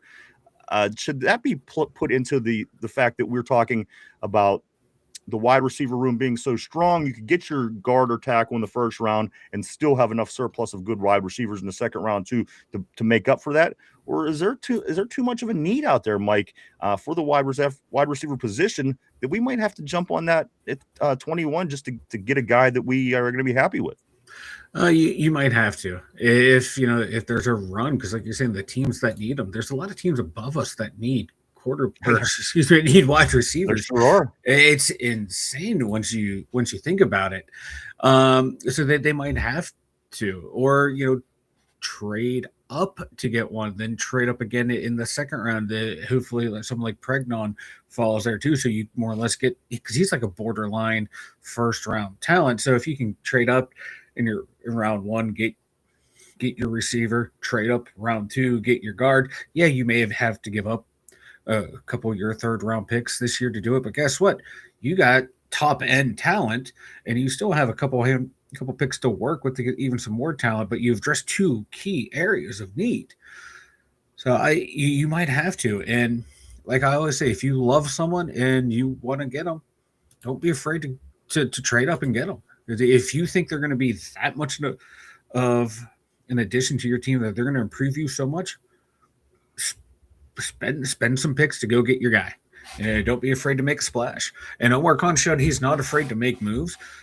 So we'll see, because it's going to get real tight there. Because like the Browns, I think, picked twice before us, if I'm not mistaken. I know the Ravens definitely picked before us. They have the same needs. Us and the Ravens have the same needs. They have the same need. They need wide receivers. They have the same need to get the guy that we want before we get him too. Yeah, I mean, I've literally seen Cleveland say they need everything that we literally need. Yeah. So again, so like it's sitting there at like this discussion about us in Dallas at 12. I don't know if that's just internet smoke or stuff that's being leaked to people to get it out there to kind of like brace the fans for like, hey, this might happen. This trade might happen, because we need to leapfrog some teams if we want to get, if we want to get Vega, we're going to have to leapfrog potentially Baltimore. If we want to get one of the wide receivers they start following, we're going to have to leapfrog Baltimore. It's going to be a wild draft, because there were reports from insiders saying you might see a lot of trades from what they're hearing internally from GMs. Yes. There's going to be a lot of wheeling and dealing. You're right. I couldn't agree more. Let me scoot up here on the board. Let's go right here to John. John, the Steeler Freak, says this. He says, RB. I think this is to Robert, actually. I think maybe. This area is purple that helps him be mod, but agree there must be more like him. The dust will settle in 2 years. There isn't another TV show guy on either side for now. Mark Malone says, hell yes, at Tortilla. Mark Malone also follows it up by saying, I think they wanted the Docs to get a closer look at Beck's elbow. Somber says Perkins can't cover to save his life. Also, Mike, let me just go back to what you were saying for just a second. You think about it. I mean, Cleveland, who literally just drafted 2 quarterbacks last year. You have the Deshaun Watson situation. I mean, come on, he's going to sue them basically to play. Who knows what the hell's going to go on with him? And then they're going to turn around and say, well, Cleveland's interested in grabbing Ty Simpson in the first round. See, I mean, there's always fuckery going on. Because if they do, listen, I'm not going to say they're not stupid, because they're very stupid. And if they would draft another quarterback, if they would draft one in the first round, I think it would prove how stupid they were. But this just goes to show you as much that these teams, they mess with each other. There's no two ways about that. Again, you grabbed 2 quarterbacks last year, 2. And you're now talking about grabbing Ty Simpson in the first round. I 100% think that is to mess with the Steelers. Grab your mic, man. I'm sorry. I muted myself. I'm sorry. It's kind of stupid on Cleveland's part to even think that, because you know, we're not going after Ty Simpson, but like I'm looking at teams above us right now and like their needs from 5 all the way down through like 16. There are so many teams that need a wide receiver, a guard, wide receiver, guard, wide receiver, guard. It's there's a lot. Just going from 5 down through 9. You got the Jets who need a receiver and a guard. The Browns need a receiver and the guard. The Skins need a receiver. Saints need a receiver, and then the Kansas City needs a receiver. So all the receivers could be gone in that little window, depending if teams get nervous because they start seeing receivers being drafted. So it's everyone could be gone in that little section. It's probably not going to happen, but that's a real thing that the Steelers have to game out in their mock draft sessions that they game plan for. And it's going to be some wheeling and dealing, and hopefully we don't have to pay a premium price to move up. I agree. Steeler Freak says the sad thing is that real smart people have learned that they can make money helping the divide along. Okay, no more political talk stuff for me. And you're right, they can. Ty says this. Somber Deek said that for real. Laugh my fucking ass off. Christophus, what's up, dude? Another one of my faves, man. Yes. Christophus, great seeing you as always. As most people on the board are my faves, with the exception of a couple, I think we could say across the pond, perhaps. But whatever. We accept them all. Let's go right here to Christopher when he says this. Ty says Ty Simpson does not fit the profile that Coach McCarthy said he wants. And the thing is, if they went and got Ty Simpson in 21, I would lose my mind, especially with everything that they need.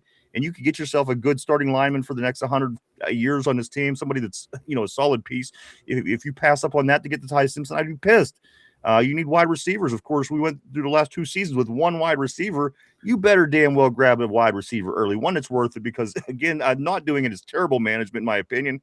And taking number 21 or taking Ty Simpson at 21, I think would just leave everybody scratching their head at the end of the day. I think there's people that don't pay attention to football in the sense that a lot of the people on the board do, and people that follow the Steelers and football year round, that are going to say, well, we need a quarterback. Go get Ty Simpson. He played for Alabama. He's good. But at the end of the day, if you're seeing what's going on and you're watching all the wheels move, it just doesn't make much sense to me, Mike. Ty Simpson will not be a Steeler. Certainly not by the way of first round pick. That's all I'm going to say. I don't know if maybe down the road in future rounds or whatever. But if Ty Simpson would be a Steeler 21, I would be the most surprised I'd been in my whole life when it comes down to Steelers drafting. Yeah, I might drive down to the draft and jump off one of those bridges if that happens. I agree. It would be a colossal mistake by this team to do that. So that's why I don't think it's going to happen. Steeler Freak says they could take a quarterback. They plan to get rid of Mason. Slowpoke Rodriguez is exactly who it is, Double O. That is who it is. Slowpoke Rodriguez was the best. Absolutely. On it was Speedy Gonzalez. Yeah, Slowpoke Rodriguez is my life coach. Yeah, me too. But that is 100% it. Yes. Mark Malone, he was always drunk or stoned or something. Remember, he'd always be back to back with that other mouse. They'd be drunk. Their heads would be slumped over. They had life figured out, man. Yeah. I wish I would realize this a lot sooner in life. Let's go right here to John. John says Superman would stick Mighty Mouse up. Yeah. Speedy Gonzalez. I saw that episode on South Park. I saw that one too. Lemmy Winks, no. Somber, he did. He said we brought in a few guys yesterday, Lemon, EM Dub, and Merlin Klein. And when he said Klein's name, he played the Snoop Dogg meme. Who? No ball? How about this? For real? Damn, it must be true. It must be true. Somber says then he said he's a 6th or 7th round overall pick. He's like 138th overall. Ty Deke gets more dumb as each day goes by. I might unsubscribe. There you go. I support your decision. We support. Mark Malone says they're just lifting and shit right now. Somber says I almost did. Let's go right here to John. John says the media needs something to talk about. They are glad to bitch about Rodgers right now for engagement and time. Here we go, Pens. That's right. We'll get into that as the show wraps up. We'll get to all the other sports here in Pittsburgh, especially going down over the weekend. A lot of big news, actually, about our teams. And the Pirates, Mike, less than an hour, they are going to be throwing the first pitch in their first game against the Cubs. 3 games set through the weekend. Carmen Majinski will be on the hill for the Buccos. Let's get back to RB. RB says, anyone who catches Deke for football news should stop watching football. I almost got into a full-blown fist fight with Deke when he was trying to be a hard ass about how great Kenny was. I wish he would have kicked his ass. I don't even know who this is. I'm going to be 100% honest with you. Me either. Like, I've heard these names, but I heard him here. Yeah. I heard him here. I don't let's do scoot up here. Mark Malone says, I'm predicting Watt gets 18 sacks this year. And that's what I was going to say, Mike, when you was talking about the possibilities of moving Watt or Highsmith and that whole conversation. I'm getting a little bit more okay with it every year with this TJ Watt talk. I mean, what if, 3 years ago, it's like, oh, he's never going to move. They're never going to do anything with him. And then, it's after he got that record. Then the next year it was a little, not as a little more underwhelming. And then, of course, last year. So again, every year I'm starting to feel a little bit more like, all right, well, hey, that's a lot of money. We could probably be putting it somewhere else to get some good football players. So again, we will see. We'll see. He probably isn't going to move. John always says on the board, he says, Rooney's not going to move him. And you're probably right. But at the end of the day, I'm getting every year, I'm becoming a little bit more okay with it. Like, if he was totally dominating games the way that Myles Garrett is, for example, I wouldn't want that to happen. Exactly. Yeah, I'd still be like, keep him around. But as you're seeing production dip and, his skills, that first step is gone. He does not have that explosive first step. And that's what made him so dangerous. He was able to sneak around those guys. But, he doesn't have a vast array of pass rush moves to pull from now that it's gone. And he was never freakishly strong to where he can, turn into like, all right, I'm just going to use my strength to beat you now. He doesn't have any of that. He was just relying on speed. And once that's gone, you're seeing a sharp decline. And that's what's scary. Like, we just paid all that money to him, and you're not getting the usual production you were for that type of money. Was he still making plays out there? Yeah, he had it felt like all 5 of those forced fumbles in that New England game. But those big plays around the edge that you were normally seeing later in games when those tackles got tired, you're not seeing them that much anymore. They start chipping him early in the game, and then after the game goes on, he's not getting chipped as much anymore.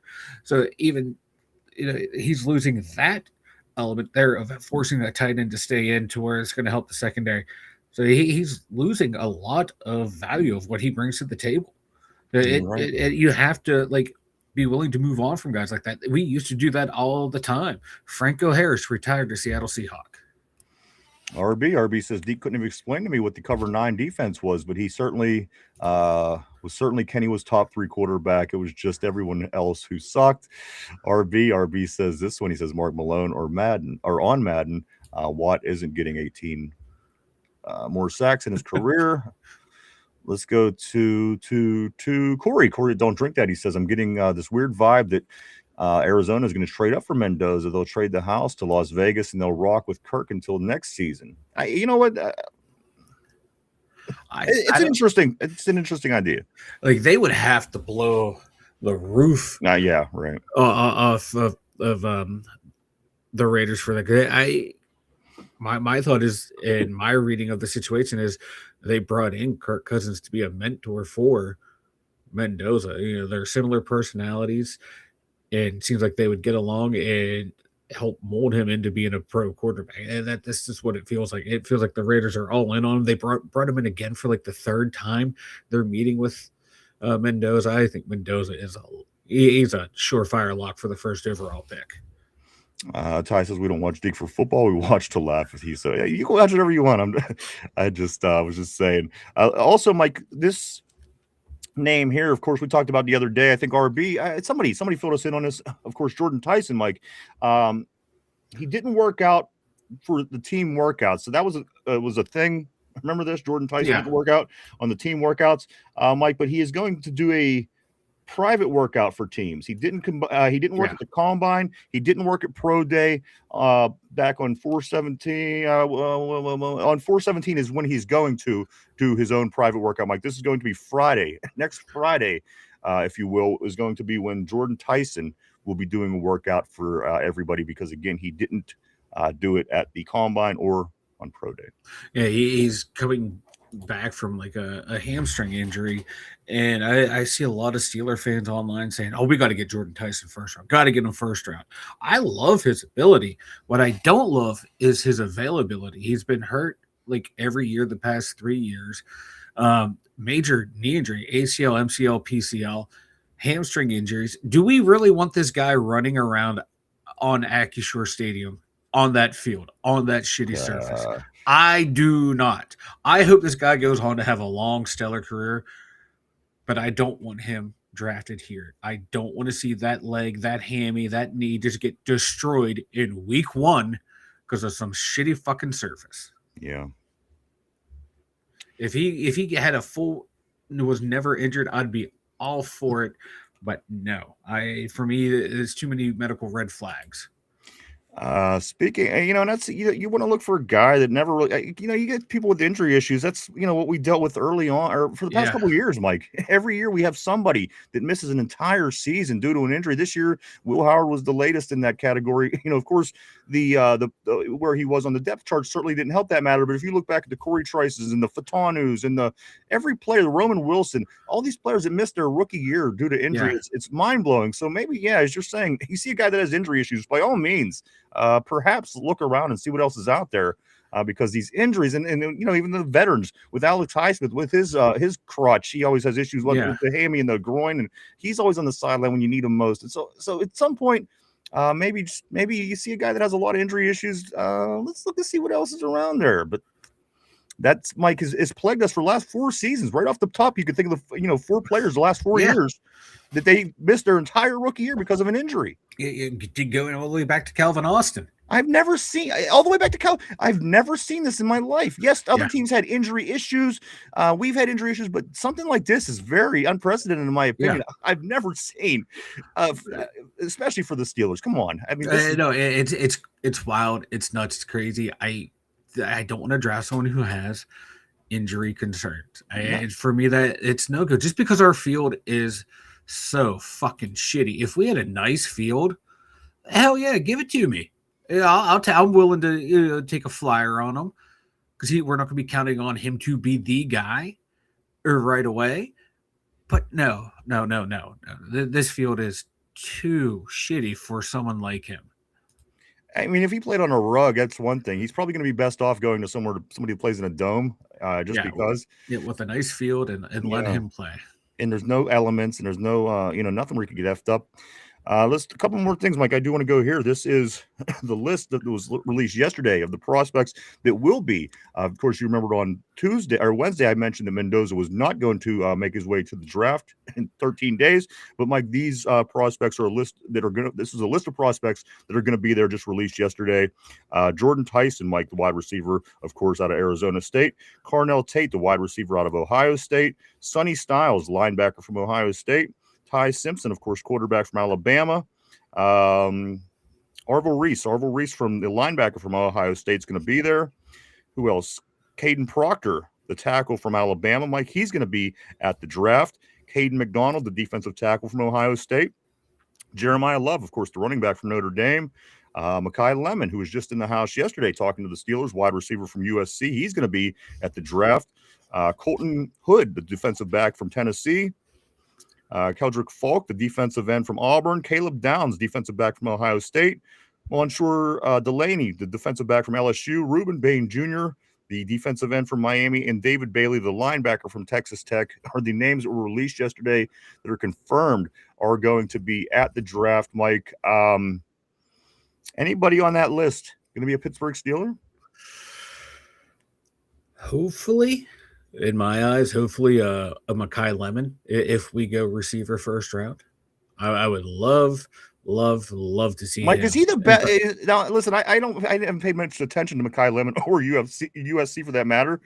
Is he worth it? Is he a guy that we're going to be smiling about? Let's say that we grab Mekhi Lemon at 21 and we're in the season. Are we going to be really excited about him? Because again, I don't know much about him, but I didn't know much about Antonio Brown either out of Western Michigan or Eastern Michigan, wherever the hell he was. And I ended up loving him. Santonio Holmes is another player. Mike, does Mekhi Lemon bring that play making ability that some of these other guys that we've loved in the past have, or what's his story in short? I love his route running ability. To be Okay. honest with you, the little bit that I've watched of him, I just love the way he is able to use his understanding of the route, of leverage, of how to fool the receiver, or fool the corners to get that separation. And then you get the ball in his hands. It's not like this electric playmaker, like you're like a Tavon Austin type, but he's a playmaker. You get the ball in his hands, he's going to make guys miss and get you some yardage. He doesn't cheat you on effort. He's not afraid to go to the dirty areas of the field. And I think he would work perfectly right now working inside while you have those two big bodies on the outside. This, the stuff I've watched on him, I think he's going to be a very good receiver. I think he'd be very productive in the Mike McCarthy offense. You just get the ball in his hands and let him make some plays. Can you believe, guys, 13 days from right now, we're going to have a new number 1 draft pick, a new first rounder on this team. Because Mike, 2 weeks ago from yesterday is going to be the first round of the draft, guys. 2 weeks from right now, we're going to be talking about that number 1 draft pick for the Steelers. If you can believe it, there's only one Friday between then and now. Mike, it's so close, 13 days away. The NFL draft coming to Pittsburgh, PA. 2 freaking weeks. Unbelievable. Let's get back on the board. Lots of things going on. I want to hear what everybody has to say today as we head into the weekend, Mike. A lot's going on in the Berg this weekend. A lot of preparation for the draft. The stage is looking great. Politicians, legislators, schools, everybody's making vendors, everybody's making all their plans and getting things ready. John Fetterman, Mike, doesn't matter who they are, everybody's getting ready for the draft in Pittsburgh, PA in just 13 days from right now, guys. So much excitement coming to town. It's going to be amazing. Let's get back on the terrible board, see what everybody got to say about all this right here. Mark Malone, it's going to happen at RB. I've seen it, and I've gone into a trance and seen the future. Corey, that's not a trance. That was the killing of your brain cells from the Krylon. Yeah, exactly. Corey Beaver said, "Don't drink that." Says at RB. Man, I always said that he didn't know shit. He's a fanboy. I don't know everything either, but I didn't make a YouTube channel acting like I do. LOL. I'm gonna have to check these guys out. I know very little about them. John says this. He says Deke is a weak stream motherfucker who is living off his parents' cash. He grabbed onto a Steeler podcast for a hobby. He knows nothing and is a Steeler ball washer. Other than that, he's a great guy. Damn, I would hate to hear John describe me to people. I want to hear it so bad. Let's go right here. That's fucked up. Let's go to Ronald Albright. Arnold says this: the Steelers are not trading TJ or Herbig. They're best buddies. And I hope you're right. Well, you know what? Again, that's a lot of money. God damn, that's a lot of money, TJ. But anyway, let me finish the comment. They're best buddies, and TJ does things for us that can't be measured. If a deal is done with Dallas, if it does happen, it'll be Queen plus 21 for pick 12. I'm hearing that 21-12. Of course, possibly a swap in the first round has certainly been being talked about with the Cowboys. But Patrick Queen, and I think this comes up a little later in the message, so I'm not even going to make the comment. But the missed tackles has to come into consideration sometime if you're the Steelers. But again, only 1 year left on his contract. We may or may not move him. It's hard to tell, but it's a possibility. Patrick Queen can certainly be moved at the draft. Easily be moved at the draft. Yeah, and like you said, to be used as a piece to move up, but we better make sure we have someone in line to replace him. Yeah.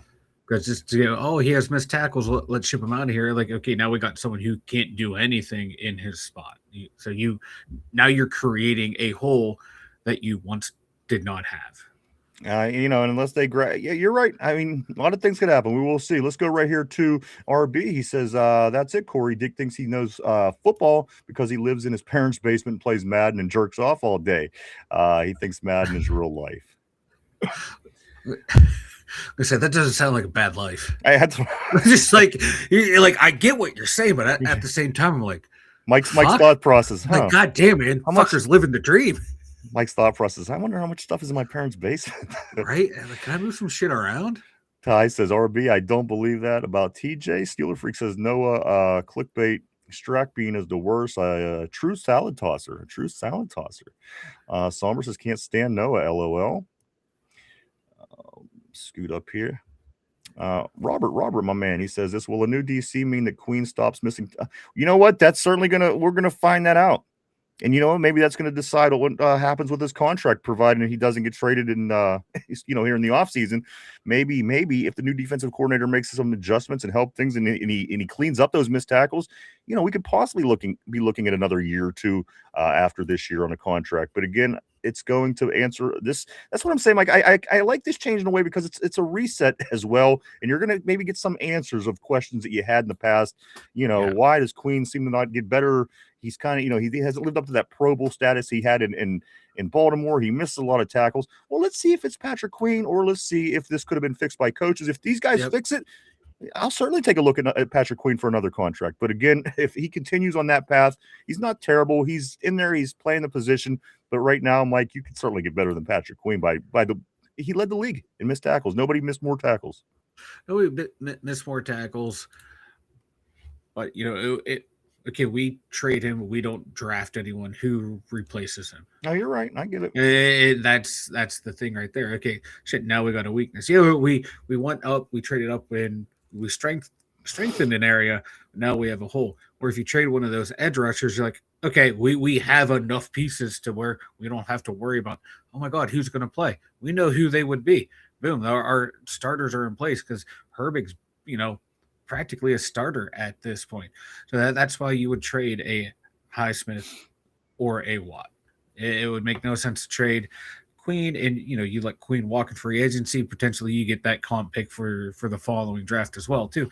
So there's a lot of gamesmanship going on with this Patrick Queen situation. Because if he plays well under the new system, okay, maybe you can renegotiate him for a nice little contract. Let's go right here to RB. RB says TJ has no football skill. TJ succeeded off of athleticism and hustle. TJ had an elite first step and never added to it. That first step is gone, and he's easily being handled by below average tacklers, which again, like rookies, on a few occasions, I can remember rookies handling him. Yeah. On that right side there, or on his left. I'm sorry. Yeah, just dominating him like it was nothing without any help from running backs or tight ends. You would think going into these games like, oh, like hell yeah, Watt is going to feast, and it wouldn't happen. Right. I agree. Right here where Tortilla says Noah gets all of his information from his wife. Ty says, I knew Somber was going to say that. Let's go to RB. RB says, in a quick chip by a back or a tight end. Yeah. RB, somber. RB says Noah is the fucking worst. I took more shits that had more football knowledge than Noah. I gotta check these guys out. Ty says one-off year. He's still elite. Watch. My opinion. Listen, and I see comments coming up, and I just want to say this real quick about TJ. Okay, last year he had a bad year. Last year he had a needle injury, the lung. What about the year before? What about when he recorded no sacks in the last 5 games when we were on a run that we needed to win games to make the playoffs? He disappeared. Invisible. So again, you can make the argument one way, but you really have to peel back layers on TJ, because you can make an argument both ways from topical information. You really have to peel back the layer and look at what's going on with him to get to make an educated opinion, I think, because again, at the end of the day, it's been over a year. It was about half of the year prior to that as well. That again, he was just non-existent. That's a lot of money to be non-existent for 5 straight games. I mean, you could have players that are playmakers be paying them, and they're making the plays. I'm just saying. Ty says 1 year off. Okay, right here. Ty says one off. He's still elite. Watch. Somber says, yeah, no, it's useless RB. 2 years at Latrobe, I heckled him almost to tears. I like that. That's our boy. That's our man, RB, baby. Robert says this TJ is getting 15 seconds, and I hope you're right. Listen, I don't doubt that he can. I just doubt that he will. That's where I sit, and unfortunately, it's been like that for a couple seasons for me. I don't doubt that he can. I just don't know if he will. And that's the issue. Yeah, like we're hoping he can. Right.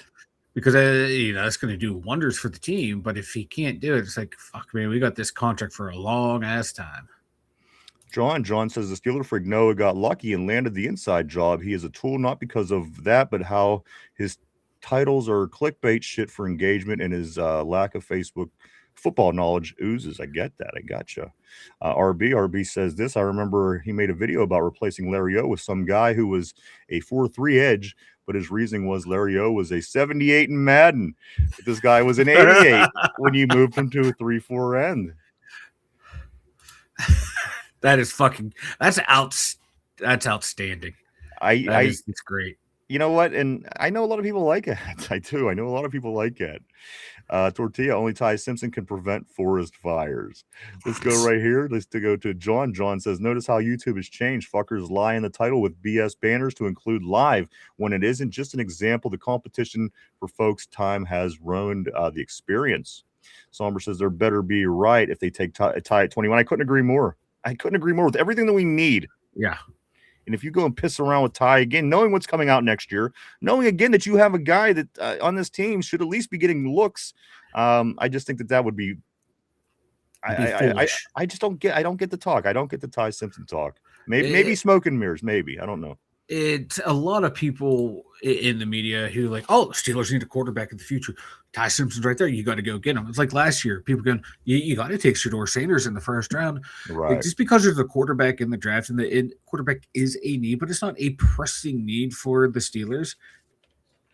If you're actually in tune with what they're doing and you follow their philosophy of how they've been reshaping this team,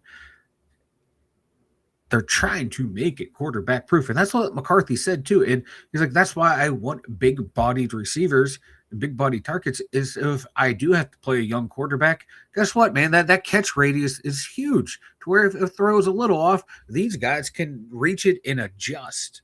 Yeah. So it's just the lack of like actual comprehension, like Corey said, of people comprehending of what is going around. And that's where you're seeing a lot of talking heads is going, oh, need a quarterback. There's no one on the roster. Aaron Rodgers is old. Got to get a quarterback. Yeah. Again, a lot of people, again, Mike, they don't follow detail day by day. And again, I can't blame them. I mean, it's just kind of something that we do that we're interested in. Yeah. And you see all the information constantly coming and going. And again, you could then make a better assessment. And maybe people just don't. They're done with football for the year and they just know what they hear. They know what they see. And they're like, well, we do need a quarterback. And this guy, blah, blah, blah, blah, blah. So, that's kind of what I chalk it up as a lot of the time. Let's scoot up here a little bit, Mike. I do want to go to right here to RB. He says, I challenged Noah to a debate 4 or 5 times on his streams, and he totally ignored me. He's blocked me from commenting on his videos after debunking every opinion he's ever made for an entire year. LOL. RB follows up by saying, it's a shame someone who is so fucking clueless and has no idea what football actually is gets access to the team. Who is it, Noah? Who?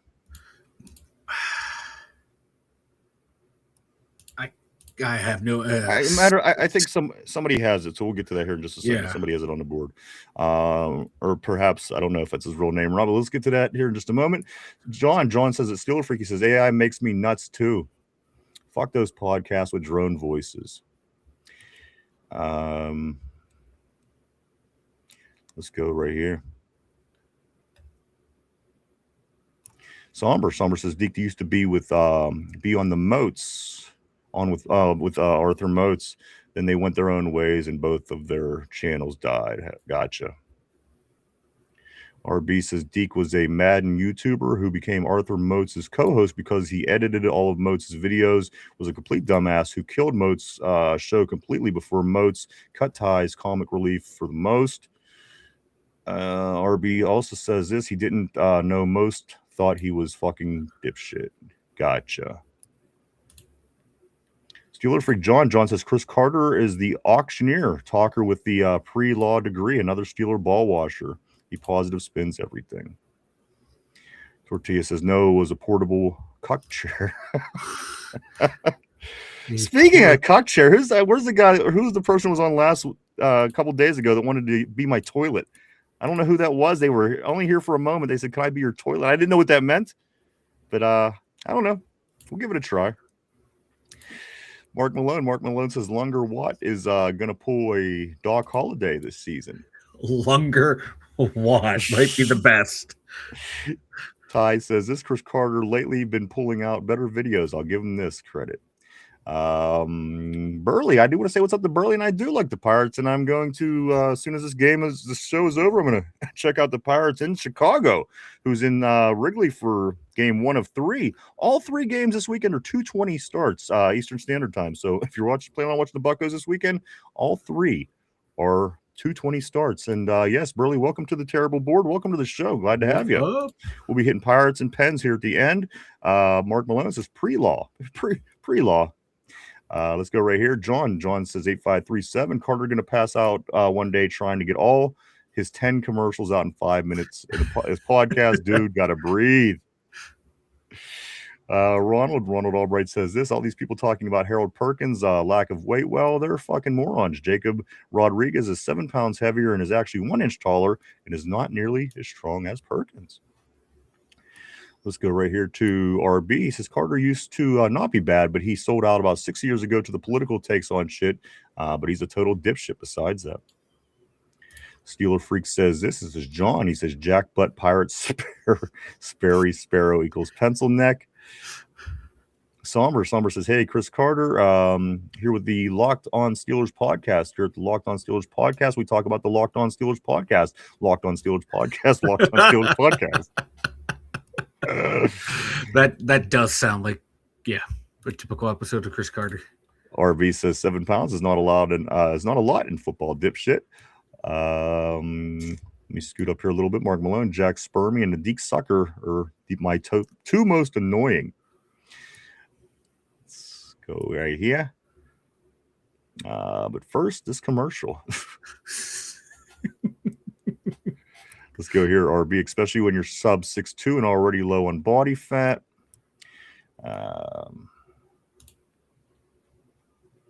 Right here, Corey, don't drink that. He says, now that you think about it, Two Dum Yinzers is the only podcast that knows Steeler football. LOL. All of these other are seeking clicks and monetization. These guys are just having fun talking. That's it, baby. Mm-hmm.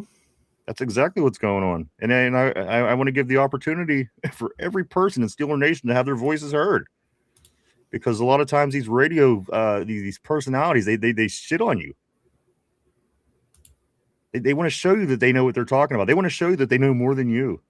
And you know what? A lot of times it isn't the case. And they turn around and they'll shit on people, their listeners, to prove that point. And again, this is exactly why I stopped listening to radio shows here in Pittsburgh, Mike. This is exactly why. Yeah. It's terrible coverage. It is. And they're all trying to like copy each other and trying to one up each other and be more, I don't know, who can have the hottest take instead of having like the actual like just banter and trying to look into things and find the reason why did the team do this instead of going, oh my god, that's the dumbest thing ever. It's like, no, try and inform people. I was like, hey, here's a thought. Maybe they did this because of X, Y, and Z, or and then someone else would go, maybe it was a Y, Z, X or something like that. But no, it's all going to be hot take. Do you see how this plays into what I was saying earlier with the politics? People just want to hear themselves talk. Listen, if you're going to call the guy stupid, you better have a good reason or a good explanation of why you think he's stupid and what you think is better. Because here's the thing: once you start throwing names out, oh, you're stupid, you don't know football, bro. You really don't have an explanation. You're just telling me I don't know what I'm talking about. You better have an explanation. As I said in politics, you can name call till you're blue in the face. It means absolutely nothing. Come with some result. Come with some answers. Come with something useful. But again, the media here, Mike, the sports media in Pittsburgh has always been horrendous for as long as I remember. And again, I stopped listening to it years ago. I was in the car and I just decided one day, I was like, I can't. These people are calling in and, they're asking good questions. But it just wasn't going along with what the people that were doing the radio show were saying. So they didn't know what they were talking about. They didn't know football. They were stupid. Yep. I thought, how fucking retarded.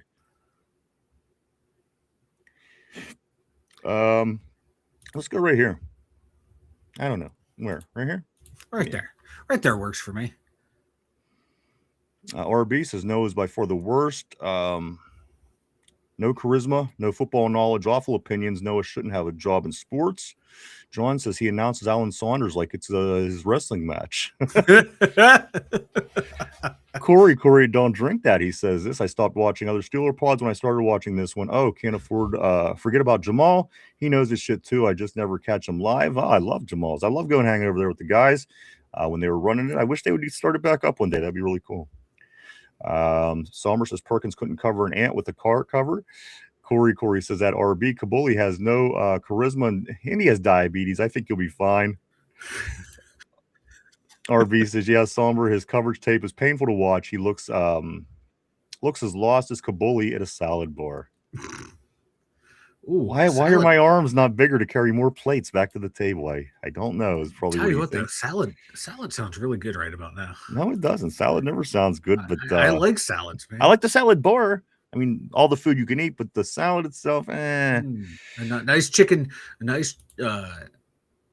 salad sounds really, really good. Yeah.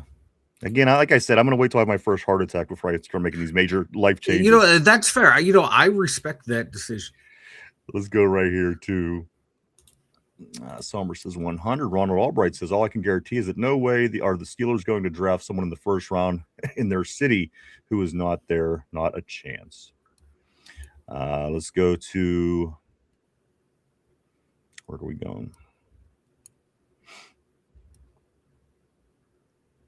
Here we go. RB says, don't drink that. True about Kabuli, but I just don't have the natural fun charisma. What little charisma I do have is raunchy. No, RB, you're great, dude. Don't even sell yourself short. People haven't even got the tip of the iceberg on our RB yet. You wait. You just wait. That's all I gotta say. Oh my God, the things that he says. Yeah, RB's he's got mad potential. John says 25. I dropped my bong. You must replace it. Oh, well, was it Terry Bongshaw? I hope it wasn't Terry Bongshaw. If it was, oh man. Mark Malone says hopefully it's Concepcion. Corey, don't drink that, says that RB. Hey, if that's your unique trait, that's exactly it. That's exactly it. Be yourself. That's how you're gonna do the best. RB says, Corey, yes, it is, but I'll push more people away than I draw in. Let's go here. John. Have you met Derpy? And Derpy somehow has a following. Yeah, he does. Let's go right here. RB says, Corey, yes, it was, but I'll push more people away than draw them in. Steeler Freak says this. I read some BS like the Steelers could trade their first round pick. That fucking stage would be torn down. Oh, dude, if they trade out of the first round to gather more picks in the draft and for next year, holy shit. It would be great for us because it'd be something to fucking talk about. It would suck for the team. Right here is where, if I can find it right here, Sash says this. Sash says, I mean, Deke isn't talking as if he knows shit. He's just giving his opinion. I'm not that, it's not that deep. I'm not watching Deke. If I want to hear good opinions, I just check him at times to see what he thinks. Let's go to, don't drink that. Corey's saying this at RB. Eminem still makes a career out of being angry for no reason. You got this. We need more knowledgeable Steelers pods. Think about it. Ty says, I think PQ here, shaking my head. We paid that $3 million. Ty says, my hope for 6 is to get a true nose tackle. Christopher says, you guys are being unfair to TJ. The guy had a collapsed lung when one of your lungs collapsed. But what about when he had 2 lungs the year before? And he got basically shut down to nothing against the Bengals. So again, you could argue that one either way. Because when he was totally healthy, putting up donuts across the board, that has to be put into consideration as well. Let's go right here to Tortilla. Tortilla says his palms, Kabuli, knees, weaker arms, Kabuli, vomit on his Kabuli shirt already. Mama Kabuli. Ty says this. I'm ready for the draft and training camp. Can't wait till JPJ get his money. Sash says this. I want us to pay Herbig and JPJ this offseason top priority. Yep. I couldn't agree more. John Steeler Freak says Mike is a fit, energetic guy whose passion for fine dining and spirits can only be surpassed by his uncanny Steelers knowledge. He is my go-to guy for all things Steelers. I would hire him yesterday. There you go. I'm going to put that on my resume. Until you get to know him and he has to argue everything you say, then you're ready to kick his ass out the door. But you know what, John? You know what? I think we're going to put that on the screen the rest of the episode. Over at Corey, don't drink that at Christophus. What was his excuse the rest of the time he didn't show up in games? I'll give him a pass on those later. Absolutely. I'll give him a pass on the games where he was where he got needled, of course. I'll give him a pass on those games later, but that doesn't excuse the other less productive games. Let's go right here to Ty. Ty says, agree, JPJ. I can't fucking wait, bro. Sash. Steeler Freak Johnny says, if I had a daughter, I would want Mike to marry her. There you go. Mike, if you weren't gay, John would want you to marry his daughter. How do you like this? Wow. Wow. Did I just become gay? Not that there's anything wrong with it. I'm just saying. There's not, but I was just wondering, like, when did this happen? This is news to me. I'm just reading what the board is saying. What can I do? What do you want? I don't know, but John said if he had a daughter, I could marry her. Well, for one, he doesn't. For two, well, it's never going to happen because if he has one now, you're going to be way too old. So, well, he's old too, so she might be age appropriate. See, I don't think John is old. He's older. No, I think he's a sprite young man at his age. And this is who you want to marry your daughter. Guy calls you old. Come on. I say that with all due respect. Ty says he hurt his ankle. Somber said you better get that 24 jersey signed at Latrobe, Ty. Dude, that'd be great if Ty could meet JPJ at camp. I'd be so pumped up for you. Me too. You better fucking film that shit.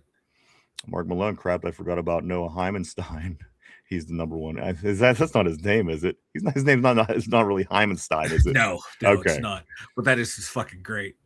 Steeler Freak John, I got an STD from Noah's wife. You know what? I gave that STD to Noah's wife. Ty says this. I hope Somber for real. Why I'm going. I just want to meet JPJ, the GOAT. I've been absolutely, dude. I hope you could. That'd be freaking awesome, man. Ronald Albright, he says this. Idiots who say Harold Perkins sucks because he is too light and can't cover and is not considered a top 100 prospect, etc. I have 2 words for you. Greg Lloyd.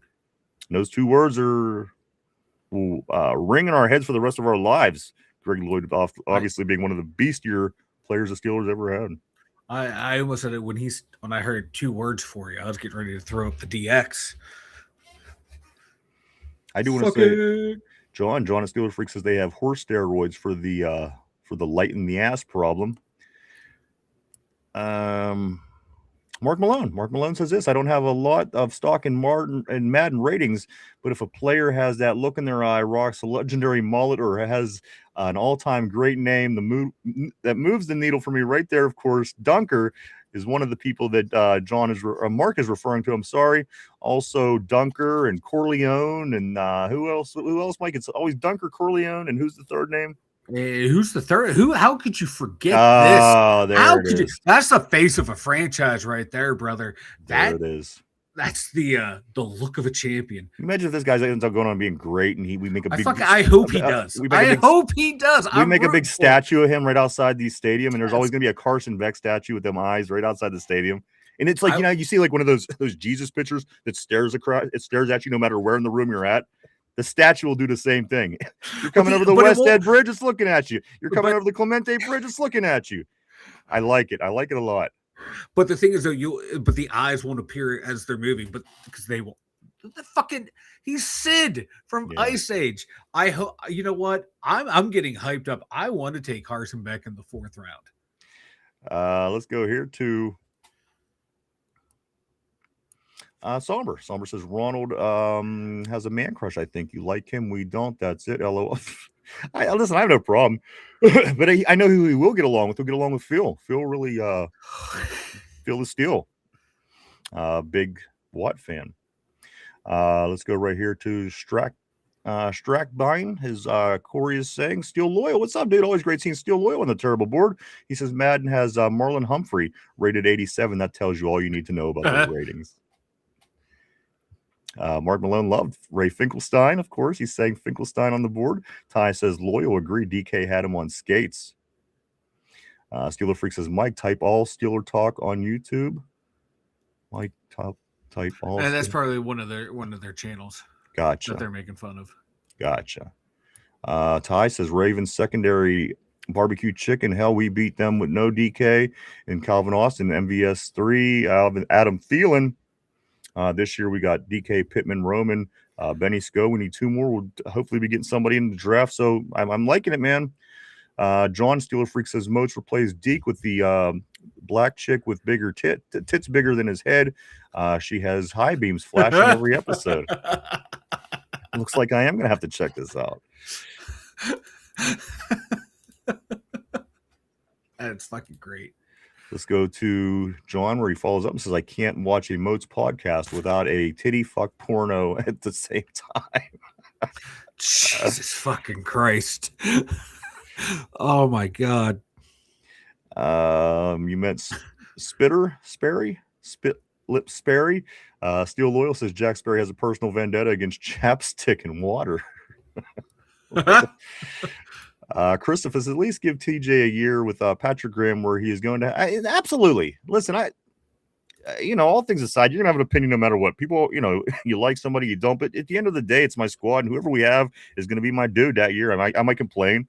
I might bitch. But at the end of the day, you want to win. You want your guys to do well so your team can win. That's all. And at the end of the day, if TJ comes and he has a great year with Patrick Graham, I'm going to be fine. It's just a little off-season talk, trying to figure out what's going to work, what isn't. And again, we have to wait. Nobody knows what this team is going to do this year, Mike. Under all new coaching staff, it's a different year. It's going to be very different. Yep. So hopefully some questions will be answered. Ty says, agree, y'all, and Steelers Almighty know-it-alls, Steelers Sanctuary, Steel Twins top tier. Tortilla says, Noah's podcast whack, Jack's podcast whack, Chris podcast whack, Cam's podcast whack, Derpy's podcast dope. I gotta get that Derpy in there on that. Oh shit. Derpy. Yeah. Let's go right here to Steeler Freak John. This podcast is truly interactive. Adding RB was a positive. He knows damn well he does. Don't tell him I wrote that. I want him to think he is an ass for better performance. And we know it, man. Believe me. Yes, we love RB, man. We thank you for the kind words, John, of course. Ronald says Jack Sperry, LOL, is like the clone of former Philadelphia Phillies outfielder Vaughn Hayes. Has to run around the shower just to get wet. Let's go to Somber. It always shows. It's always the shows with 0 to 60 viewers that have the good takes. The takes seem to get worse the higher the view count goes. Also, let's go right here to Steeler Freak, where John says people will go to where they are always told they are right, even if they know it's false. Facts Sombers, what Tortilla is saying. Corey's saying the salad bar is the yellow brick road to my steaks. I guess when you put it like that. Yeah. Tortilla, Caboli definitely tossed a salad or two in his day.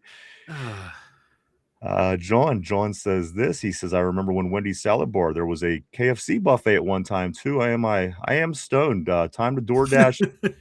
You know what I like, John? I liked both of those. Absolutely. They were both fantastic, especially Wendy's. They had the crab salad in their salad bar.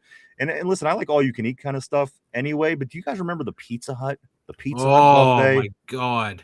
Listen, I mean, Pizza Hut basically turned into garbage over the years, but that buffet back in the day was fire. It was great. Yeah, there was I don't know how common they were or still are, but like CC's Pizza, a big old like pizza buffet of every style of pizza that you went in. It was cheap. It was okay pizza. Wasn't the greatest. Wasn't the worst.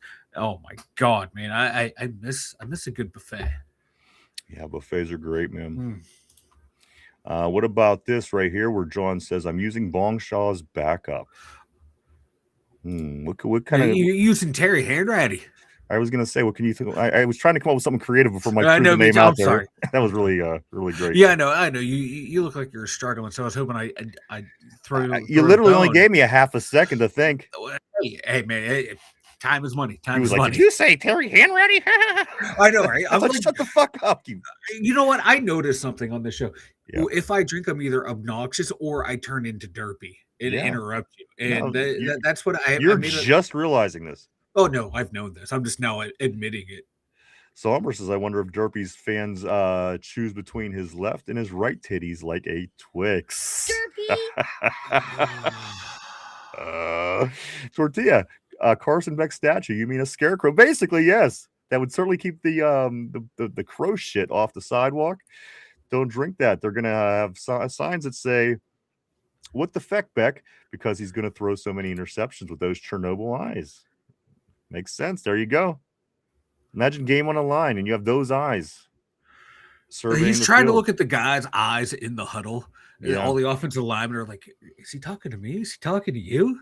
Meanwhile, the people not the huddle's behind him right now. Right? He's literally standing in the wrong direction. Scare off the Ravens, Tortillas says. Steeler Freak says Beck's eyes do the same. Somber says, yeah, she's just fucking annoying in her jugs. Her and her jugs. Jugs always make it worth just checking out. I'm going to check out the jugs, to say the least. Ronald Albright says, all this talk about salad bars and buffets, there was only one Shakey's Pizza Parlor. You can't beat those Mojo's potatoes. Those Mojo potatoes. Mojo potatoes sound good. Steel Loyal says it would take Jeeper Creepers all 23 days to eat Carson Beck's eyes. Let's go right here. Steeler Freak says that girl's titties got to pay taxes. Steel Loyal, he says he would eat one eye and have to fly to his other eye. There is a bit of a distance between the eyes. Mark Malone says, yeah, we used to eat tear up the CC's when it was just $3.99. Actually, we would go to CC's Pizza and then the dollar movie theater. Yeah, CC's was good. CC's was the shit. Somber says, man, Pizza Hut salad bar buffet and arcade. Yeah, the little the Pac-Man arcade that had like the glass tabletop and you like look down into the table to play the game. You remember that, Mike? I remember that. And you play against the other guy, like a person your friend would sit on the other side. Corey Don't Drink That says he might not know what the play is, but definitely knows what cleat everyone is wearing. And Tortilla says Mark Kabuli is the only human in history to out pizza. Oh shit. A couple of things, Michael. We're rounding third, I guess. A couple of things. Oh, look at this. Cody says, Cody in the house. My man Cody. What he up? says Carson Beck and Vanilla Thunder both like Penn State. Ooh. Now that's just a vile, nasty rumor there, sir. A couple of things, Mike, as we are rounding third. I wanted to talk to you about a couple guys real quick. Keanu Benton, we talked about him last year. And again, I think there was a lot left to be desired at the end of the season. And listen, the defense played okay. Yeah. But we said, Mike, if Keanu Benton has a year where he plays probably a little better than he has the first few years of his career, that would be acceptable. He ended up playing all 17 games. He ended up finishing with 5.5 sacks last year, Mike, being fourth on the team in sacks. But we didn't stop teams from running for 250 yards. Yeah.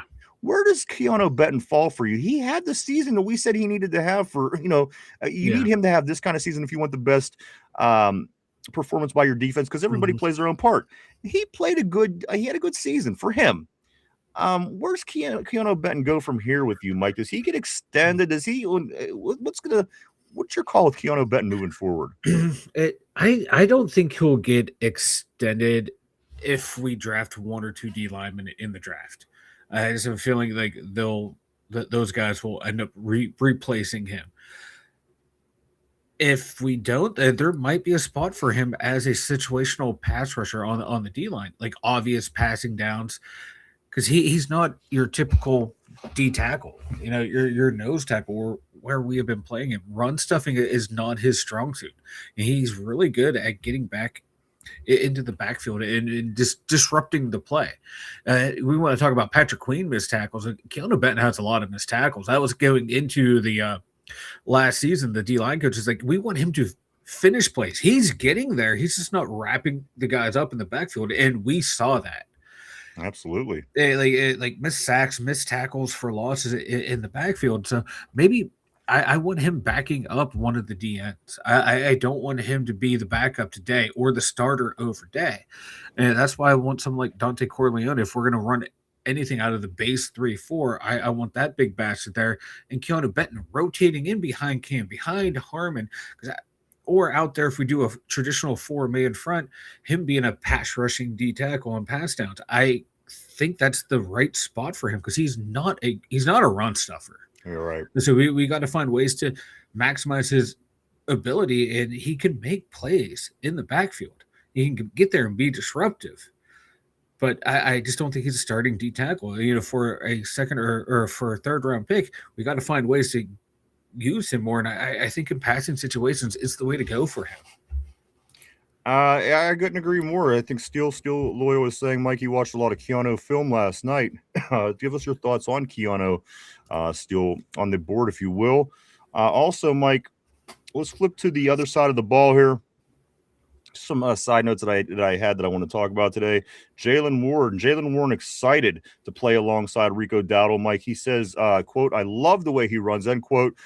This is what Jalen Warren, we were talking a little bit about the running game earlier on the show. Of course, Caleb Johnson came up in conversation.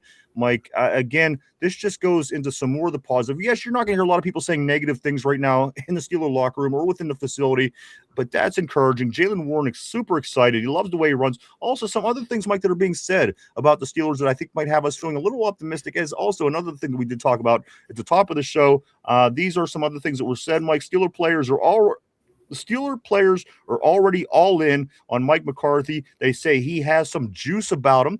And finally, Mike, Willie Colon. Of course, you remember Willie Colon, the former Steeler. He says the culture is back in the building. Everybody is fired up about the 2026 season. Mike, and again, you know the usual rhetoric. I think we're going to be good. We have a good team. These guys genuinely seem like they're excited, and I'm excited because they genuinely seem excited. Because if you're excited and they're seeing things that they like, you've been around a team that hasn't been they've been playing average ball, but beyond that, we could all agree that it hasn't been great for the Steelers. Everybody that's within the organization, or they're really starting to bust, Mike. They're starting to feel something. And again, this isn't to badmouth anybody of the past. This is just encouraging to me as a Steeler fan to say, you know what, people are buying into Coach is going to come with something a little different. He's going to do the West Coast offense. He's going to do this and that. I'm excited. I can't wait to see what the hell we have here, Mike. And in July, we're going to get to see all that when preseason in August and in camp in July. I'm sorry. I cannot wait, Mike. Again, we're about halfway there from the last postseason game to the first preseason game. We're about smack dab in the middle. I am ready to see what the hell this team is going to be about this year. Me too. And I like this. The new energy coming in, because we talk about this all the time in sports. Absolutely, things get stale, and you get that new coach in, new manager in. It makes everyone excited because you don't know, what to expect, and then it's something new, man. And like, hey, we got to this point. Maybe this guy can get us up to this level where we want to go, and I love it too. And this is a guy who's been around the league who.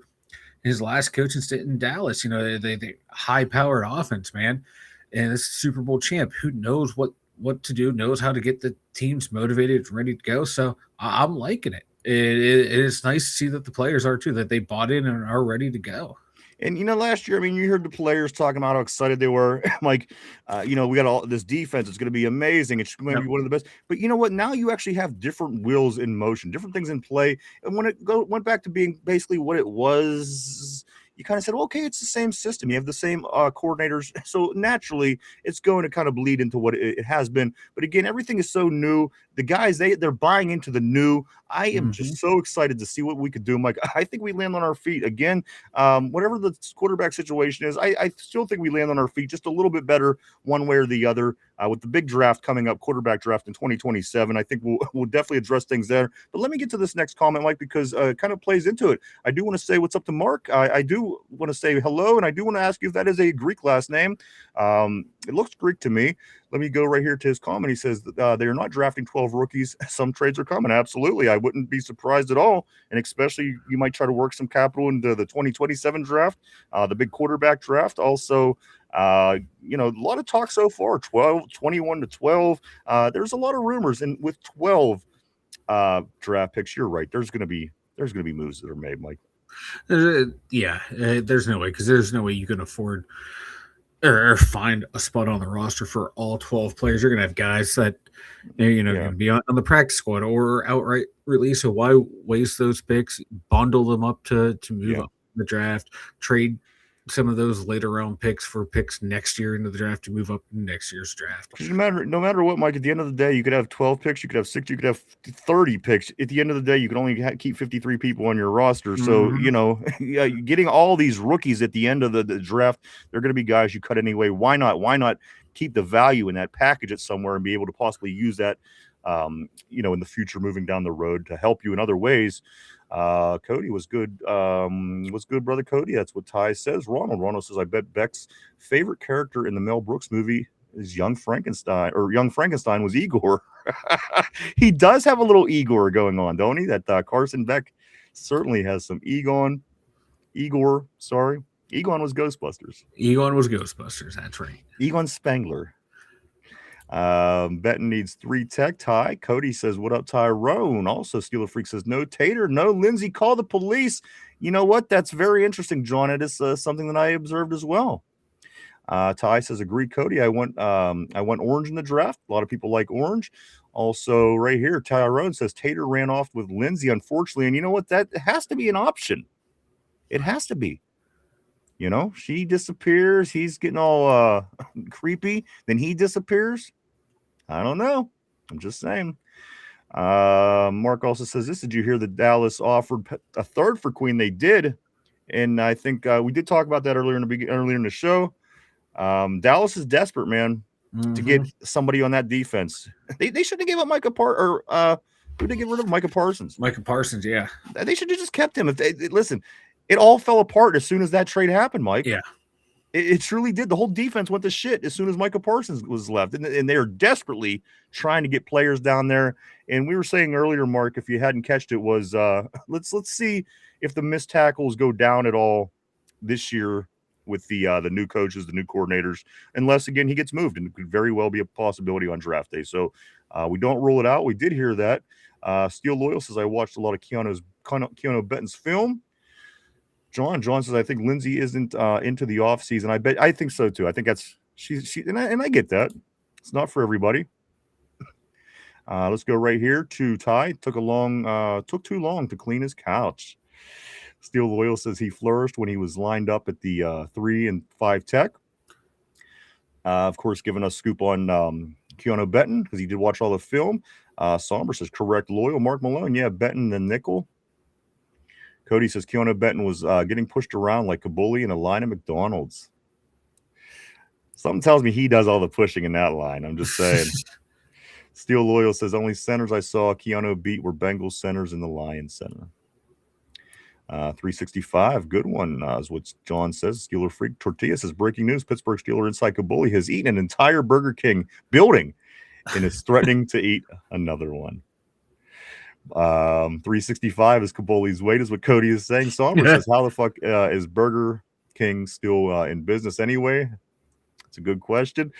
You know what? I like it on occasion. There's a few things that I do like from there, but I do acknowledge it is generally dirtier than most fast food places, and I don't know why, because it's always been that way. Can you just hire somebody to sweep the floor? That would help. It would go a long way. I was going to offer some pushback, but now that I stopped and thought about it, you're 100% right. I mean, they do have really. There's some things that taste really good there. I like a lot, but at the end of the day, it's always dirty. It's always dirty. It is. It don't matter which one you go to. It doesn't matter. It could be in a different state. They're just dirty. I don't get it. I think it adds to the experience, though. Mike eats bugs, so don't go by him. I mean, he. Wow. Wow. Let's go. It's going to be one of those shows today, motherfucker, huh? Still Loyal says put Kabuli at nose. There you go. He might fall asleep, but you put Kabuli at nose. Ty says, oh, I like the visit of Texas DB Malik Muhammad. Somber says Burger King, of course. We did get that. John 365 is the number of cheeseburgers Kabuli will eat on the first night of the draft. Oh, wow. Tortilla, bro, I swear I've never seen a busy Burger King, and I used to live next to one. Yeah, I know. But they're always, excuse me, but the locations are never busy, but my God, they never close down. You never seen a closed down Burger King. You've seen closed down Pizza Huts. Yeah. Yeah, and Burger King, you're right. You mean generally just shut down. You're boarded up and moved out. They're always there. That's a good point. Ty says Benton is not a nose tackle. Put him at 31 text. Seems Graham knows that. Why they got Day. Hope we get Orange or Godfather. Corleone, of course. Ronald says Malik Muhammad is very under the radar DB. Cody says, yeah, 9 and 8. Just good enough not to suck, but not good enough to win a fucking playoff game. Somber, just get 9 and 8. Just get a 9 and 8 tattoo, Cody. Let's go right here. Ronald says Steelers won't draft 12 players, but they could draft as many as 9 or 10. John, the Steeler Freak says this. I'm not being negative, but the odds of Rodgers making it through this season are lower than last year. There could even be a new quarterback play, even if Rooney doesn't want it. I know I need one Sombers, what Cody's saying. Sombers says Tater could only dream about Lindsay. Corey says this. Don't drink that. Tater turned this into a sausage fest because he likes dudes. Every single time a female came in here, he got all creepy and weird. He did too. The equivalent of in a public place, walking up and just staring at somebody with that creepy smile and hi, Lindsay. Hey, you're so pretty. That big, awkward smile because he's from Ireland. No girls allowed. Club effing psycho. That's right. That's Tater.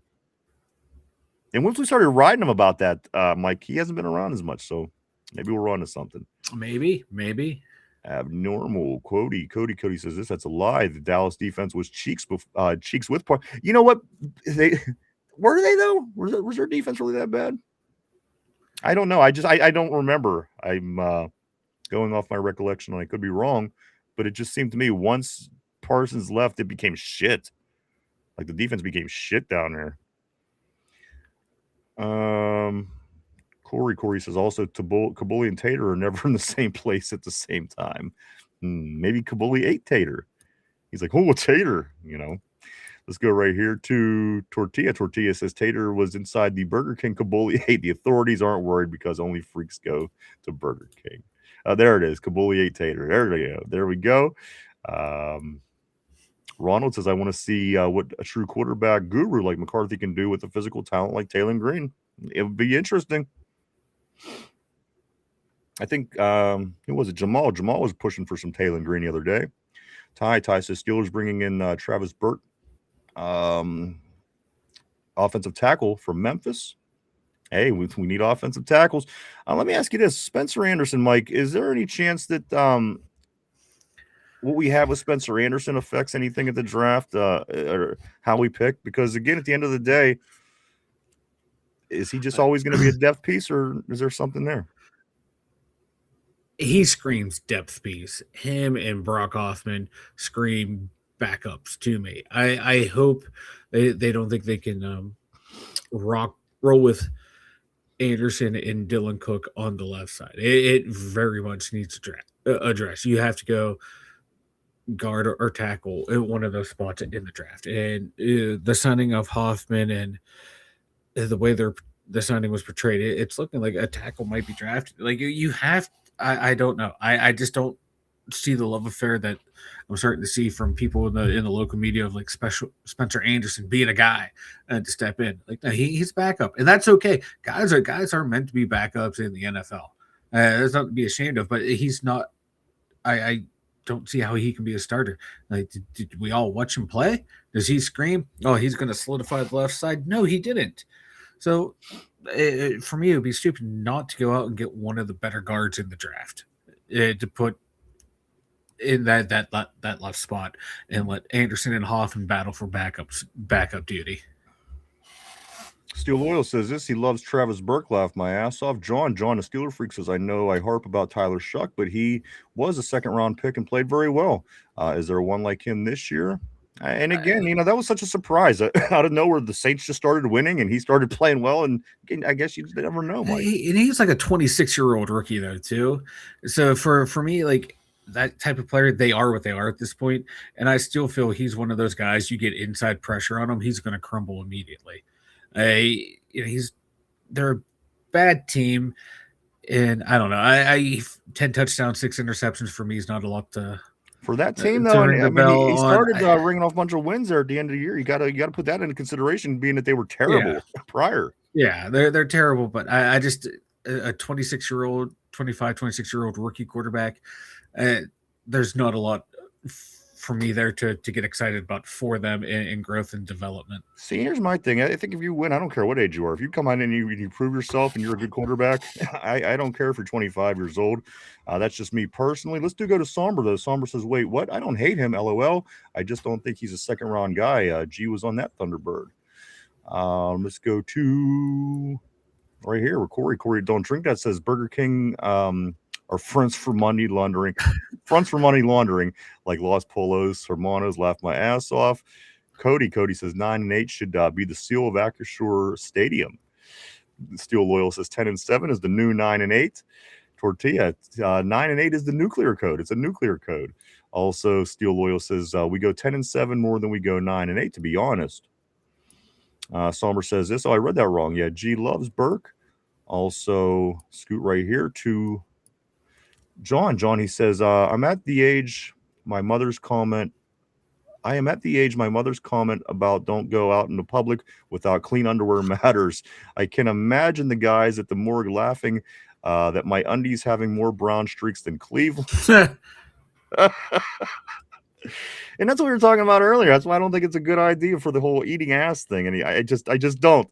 I know that men aren't as proper back there as women are. Laugh my ass off. You good, Tyrone says. Also, right here, Somber says, read it as I know you happy. LOL. Cody says, steal a first round draft. Steal a first round playoff. Lose in a first round playoff. Lose. Haha. Does the record even matter? Ty says, need draft the left guard and the tackle. We certainly got to figure it out. Whatever it is, whatever the answer is, it's got to be figured out for sure. Mark Malone, Hoffman was actually good when he played. Mark Malone says Anderson sucked at guard. Steel Loyal, record never matters. I see 9-8 teams make it to the Super. You're right. We were the sixth ranked team in Super Bowl 40.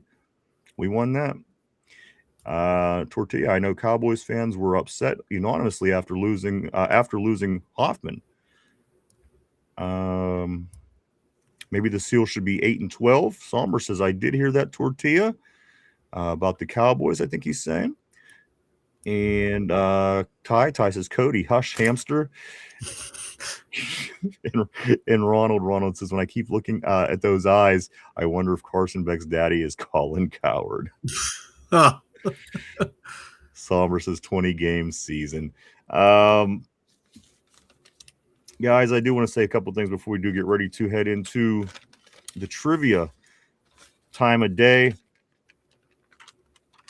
Pirates started 20 minutes ago, Mike. They are playing game 1 of 3 against the Chicago Cubs this weekend. All 3 games are 2:20 starts. Do check out the Pirates. Carmen Majitsky on the hill today. And they also, Mike, they did reveal their new City Connect uniforms. These uniforms are actually really badass. Last year, remember, they had the mustard yellow jerseys with the black pants. Mike's going to put up a picture of the new just released yesterday City Connect jerseys. I like these. The black jersey, the black pants, the way the Pirates is written. And check out that sharp yellow hat with the Buccos logo right on the front there, Mike. Of course, the Sheets patch on the left arm. But I dig the new Color Connect, the City Connect jerseys, Mike. A lot of every team just revealed their City Connect. But there's the Pittsburgh Pirates, guys. I cannot wait to see them in these unis. I like the font. That's about the only thing out of the jersey that I really like. I want to see it out on the field, how it looks. In the picture, it's not doing a whole lot for me other than, the font looks cool. Well, I have a feeling when they're out on the field in a nice sunny day. How is that not like that's a sharp, chic black uniform? I don't know. I don't know. Normally, I like it when they're all black uniforms. I don't know. I'm just not feeling it. I need to see it out on the field, how well it's going to look. Do you realize that you don't like anything? I like a lot of things. You don't. I like you. I've known you for many years, and if you like me, I like you, and that's the only thing that matters, bro. Somber also says they dropped the black hats too. They are clean. They are very nice. I like them. I like them a lot. A few more things, guys. Pittsburgh Penguins, they clinch a playoff spot last night, Mike, with the 5-2 win over the New Jersey Devils. With only 3 games left in the season, the Penguins increased their record improved their record to 41, 22, and 16 with that win over the Devils. Mike, in the playoffs for the first time, since 22, Mike. 4 years, 4 years time off. Finally, Penguins back. And also, Mike, the first leg of what you need for me to shave and put all my hair on your head. The first leg would be the Penguins getting out of the first round. So the wheels are in motion, Mike. Penguins win over New Jersey 5-2, clinched that playoff spot. It's been so elusive for 3 seasons. Yeah, and preseason they had like a 9% chance to make the playoffs, and here they are, locked in and making it to the Stanley Cup playoffs, man. Again, Malcolm Crosby Letang in the playoffs. You love to see it. 3 games left. I was just checking out some Penguin scoop. Looks like they signed a young free agent defenseman from the college ranks, and he's going to be playing the last 3 regular season games to get a quick little look. They sent him to a 2-year entry level deal, so it's going to be interesting down the stretch. Some guys are probably going to get some time off and bring up some younger guys to get them a little NHL season. But who would have thought this Penguins team? We were going to be projected to. I thought they would. As a matter of fact, I thought they were going to do it last year, and I thought they were going to do it the year before. I mean, they just shit the bed when it counted. It's the way they were playing and the new coach coming in. And that was my argument. Man. I said they're going to make it because they got a new coach. I was like, God, I would be happy if we just had hit a winning season for these guys, but they blew the expectations out of the water. I'm loving it, man. This team is just second in goals for, 23rd in goals against. So it's always a fun night when the Penguins play. And you can watch them all through the weekend, Mike, as they play a home and home. Tomorrow they play the Capitals at home. They host the Capitals. That's a 3 o'clock start. And then on Sunday, they travel to D.C. to play at the Capitals. Also a 3 o'clock start. So not many the times for Pittsburgh sports throughout the weekend, Mike, is very consistent. The Pirates, Friday, Saturday, Sunday against the Cubs, all 2:20 starts. The Penguins, Capitals, home and home, both 3 o'clock starts. So if you're watching your Pittsburgh sports this weekend, it's not too confusing. Very simple to sort that all out. The Pittsburgh Riverhounds, Mike, the other football team here in Pittsburgh, they will be traveling to Birmingham Legion on Sunday to play a 5 o'clock start. Also, the UFL, if you're ready for some more American football, the UFL does pick back up tonight. Tonight, Mike, between the Orlando Storm, they're going to be traveling to Louisville to play the Kings. That's an 8 o'clock start tonight. Also, this week is week 3 in UFL. Mike, Saturday we have a game and then 2 games on Sunday. Week 3 Saturday games are the Houston Gamblers at the DC Defenders. That is a noon game tomorrow. And then on Sunday, the Columbus Aviators, Todd Haley and company, they will be traveling to play the Dallas Renegades with a noon start. And then also on Sunday, the Birmingham Stallions, they travel to St. Louis to play the Battlehawks. That is a 3 p.m. start, Mike, wrapping up week 3 in the UFL. I like me some USFL. It's not the best football in the world, but like you said, man, it's some football on the telly. And finally, Mike, if you like boxing, if you like Tyson Fury, tomorrow Tyson Fury will be taking on the Russian, last name Makhmudov, I do believe it is, Mike. That the event starts at 2 o'clock on Netflix. It's over in England, so it's earlier in the day, and that probably puts the Tyson Fury fight right around 5 o'clock, give or take. So if that's your thing, do flip over to Netflix tomorrow around 5 o'clock to check out Tyson Fury. Go at it. Mike, with all that being said, let me grab a couple more messages, and then we are going to get into this trivia question of the day. I'm going to go right here to Sommer. He says they dropped the black hats too. They are, man. They are clean. Steel Loyal says Steelers need some new alternatives. And we had the throwbacks, the 33s last year. Remember the 1933s? Ty says those fire. I wish the Reds. I like the Reds, but red on red, I don't know. I wish white pants with red stripes. Somber said it looks like the Reds and the Buccos are going to be fighting. They're going to be battling this year, man. They both got good teams, and they're both fighting just behind Milwaukee. It's going to be a lot of fun. Somber says I was on the Reds in coach pitch. Also, Steel Loyal says UFC tomorrow too. All kind of stuff going on this weekend. Steel Loyal says the title fight. All kind of stuff. Mike, why don't you tell everybody about the website?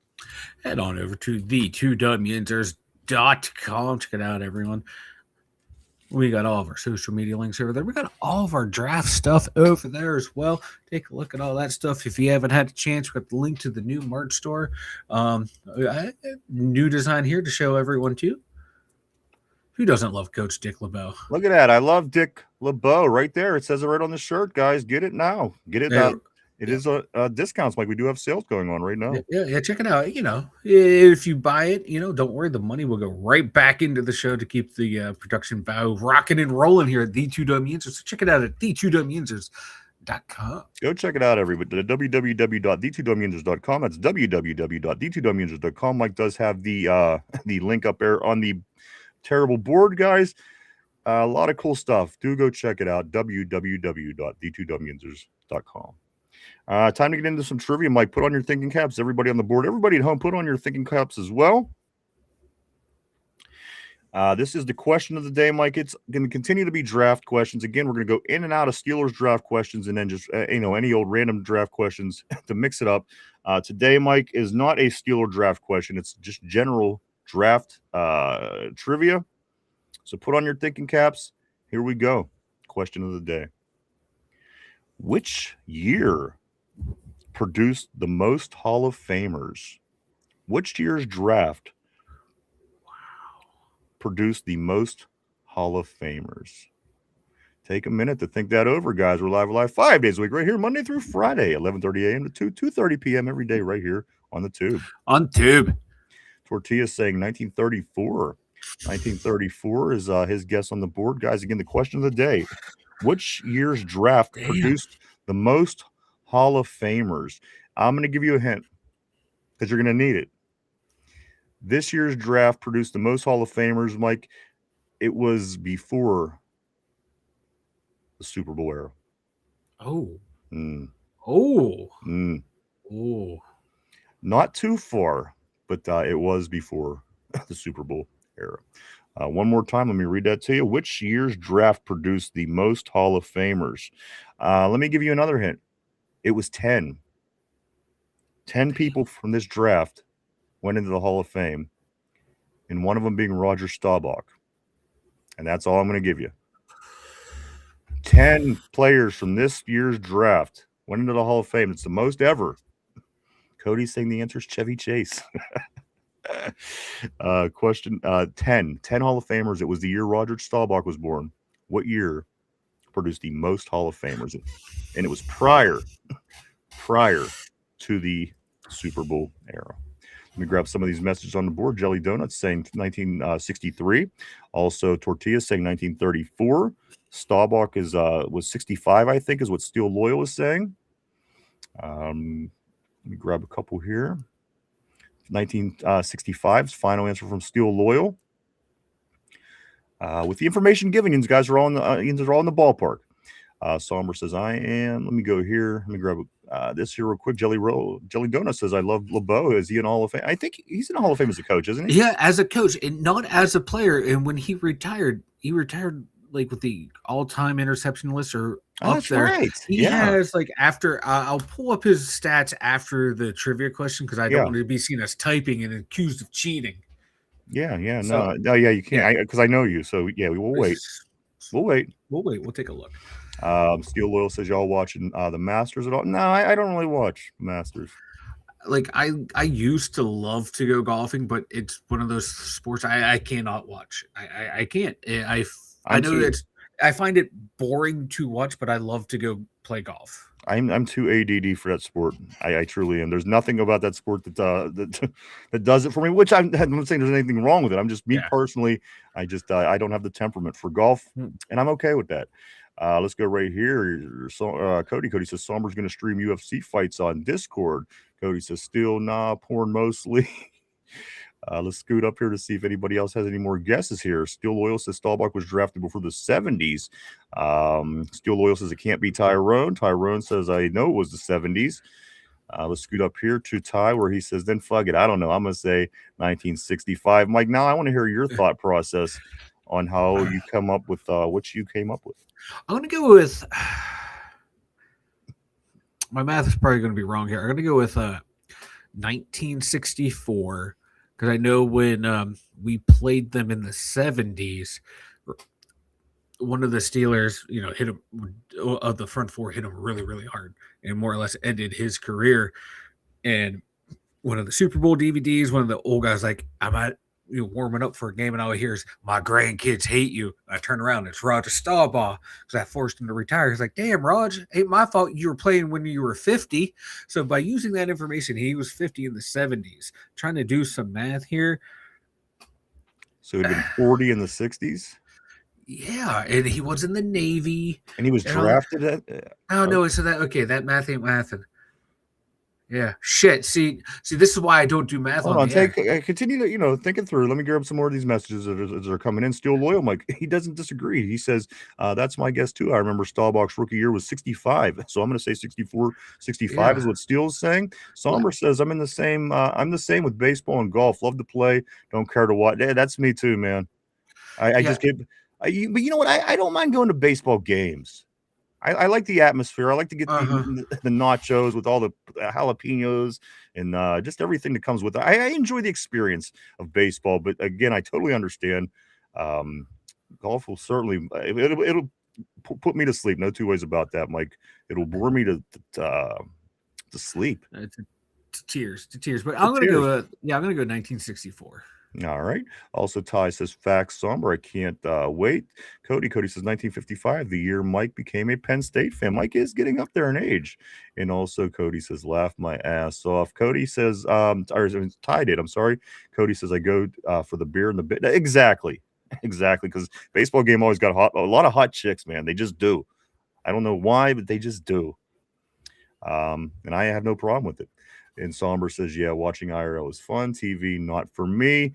Guys, let's talk about this trivia question of the day. Which year's draft produced the most Hall of Famers? Which year's draft produced the most Hall of Famers, guys? The hints are it was prior to the Super Bowl era, and the amount was 10. 10 Super Bowl, 10 Hall of Famers, rather, and Roger Staubach was included in that draft. Mike is saying 1964. Is this your final answer, Mike? A final answer. All right, let me lock you in on that. You were locked in. 1964 is your answer. Ty says facts. Hella baddies basketball game. Hey, you ain't kidding too. Go to NBA. Any sporting event usually yields a lot of hot chicks. They just do. They like to hang out where millionaires are. I think that's it. All right, 64. 64 is the answer. A lot of different answers on the board, guys. Today, again, the question is, which year draft produced the most Hall of Famers? Mike says 1964 with all the hints given.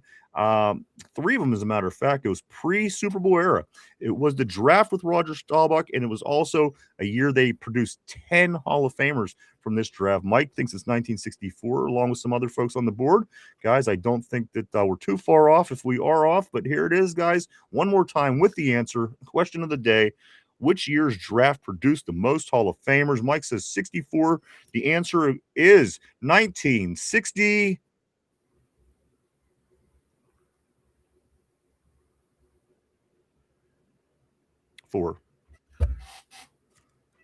You got it right. You nailed it.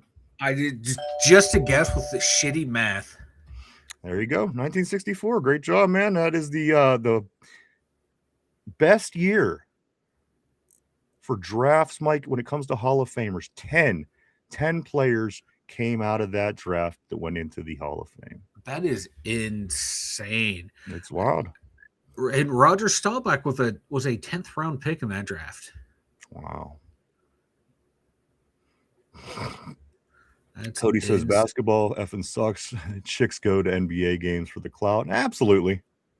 I went to a half dozen Cleveland Cavaliers games in my life. It's a fun time. And that's the thing. I don't want to do it all the time. I like hoops, but I like the way that it is. The ratio that I go see now, that's I'm happy with that. Steel Loyal says no way. Jelly Donuts says, damn, nice man. That's what I thought. When he was figuring it out, I seen the wheels turning. I seen the smoke coming out of his ears. I thought, he might get this, and you nailed it. So he was only 37 when he retired. So obviously the Steelers being hyperbolic. I was like, damn, man, he probably played until he's 50. Dude's a nut. So, but anyway, yeah. And I have to be quite honest. I get skeptical because Mikey turns away from the keyboard, but then you never know if his phone is in his hand where you can't see. I'm just saying. I know this guy. Well, you said pre-draft era. I was like, okay, or NFL or the Super Bowl, which could be era. Any year prior to 1967. So just roll the dice. I do have Dick LeBeau's stats. He retired with 62 career interceptions. He is 10th. He's still 10th all time. That's wild. Yeah, but he played in the all-white era. You can't go by guys that played in the all-white era. You can't, and but they didn't throw a whole lot back then either, too. Yeah. But still, like, guys from those eras have less compelling stats than that and are in the Hall of Fame. He should be in as a player. I'm sorry. It's insane. 62 interceptions in an era where they did not throw the ball a whole lot. You got to be every fucking pass. Exactly. And he was probably locking up the team's number one receiver. He was playing video game defense. You know what I mean? He was. So he should be in as a player and a coach. Ty says Derpy math can't be included, though. Let's go to Derpy. Steel Lawyer says no way. Tortilla got it right, too. Hell yeah, Tortilla. Tortilla says this. He says, I'm changing my answer to 1964. He actually changed it prior to do. Was that prior? Steel Loyal says put 10 Yinzers together. We could all do a little math. Yinzers math for the win is what Somber said. Let's scoot back up to the top. Cody says if Derpy was here, it would be 1 and 2 and 1 and 2.5 ton Yinzers. I like it.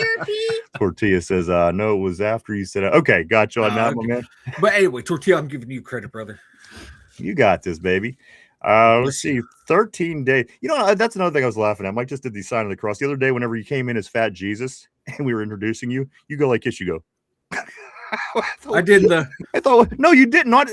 Listen, I know what you're doing now, and I get it, but I went like that at first. If you go back and watch the tape, I think I know why. I know why. I was debating whether to do the sign of the cross, or just do and I kind of did the. It was right in the middle. It was funny. It was entertaining, I gotta say. Let's see what else we got to talk about today. A lot of things going on this weekend, of course, guys. Again, yes, the Penguins back-to-back, home and home over the weekend games against the Capitals. Pirates all the way through the weekends with the Cubs. The Riverhounds playing at Birmingham. UFL football all through the weekend, guys. And, of course, the big fights tomorrow. All kind of stuff going on. And when all this kind of stuff goes on, I know that people like to enjoy themselves and drink a little bit of alcohol. If you do stop by and get yourself some Duquesne Pilsner, guys. Duquesne Pilsner now available at 6 and 12 packs at Giant Eagle and in cases wherever sold. The people at Duquesne Pilsner are always watching out for us and helping us out. So we will at least want to share that back. Maybe if you don't drink, just swing over to their social media, hit the like button, follow, show some love to the people at Duquesne Pilsner, Mike. We always have Duquesne Pilsner here at the studio on tap, made right in Pittsburgh, Pennsylvania here, Mike. And like it says on the can, grab a Duke. Grab a Duke. Cody the hush hamster. What is this with Cody being a hamster? I'm seeing this popping up often today. Also, what else do we got, Mike? Do also check out their social media. Also check out our social media as well, guys. We're all over the place. You can keep up with what's going on with the Dum Yinzers on a day-to-day basis. Follow us on Facebook, X, formerly known as Twitter, Instagram, Threads, even TikTok. Swing by, just hit the follow button. And as I said, keep up with what's going on with the show from day to day. And if you haven't had a chance yet, do hit the like button down below. Hit the like, sub, share, leave a comment if you will. It all helps in the algorithm, guys. We appreciate it all. Thank you so much. Mike, thoughts on today's show? I thought it was a banger. I thought it was going to go off the rails early, but we pulled it back. We regrouped as a team, and we pulled through. I'm liking now that we're getting some really good visits in for first round picks as well, and not just like David Boston. We brought in the safety from Toledo, McNeil Warren. We brought in Mekhi Lemon, which I'm really excited about. I want to see that crazy bastard as a Pittsburgh Steeler. It was a good show, man. Penguins are in the playoffs, baby. One step closer to your hair being taped on my face. I can't wait. I'm counting down. And I did mispronounce it earlier. Emmanuel McNeil Warren. I think I said Emmanuel McNeil. But all kind of good visits coming, Mike. And then don't forget that Jordan Tyson next Friday is having his own private workout day.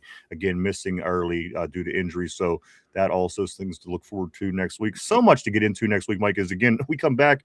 We're going to be in the the single digits for the draft. It's unbelievable. Next week, we're going to be down to a little over a week as the week starts. And then as the week goes on, obviously getting a lot closer, just 13 days from right now will be draft day right here in Pittsburgh, PA. It's crazy to even think about, but it's close.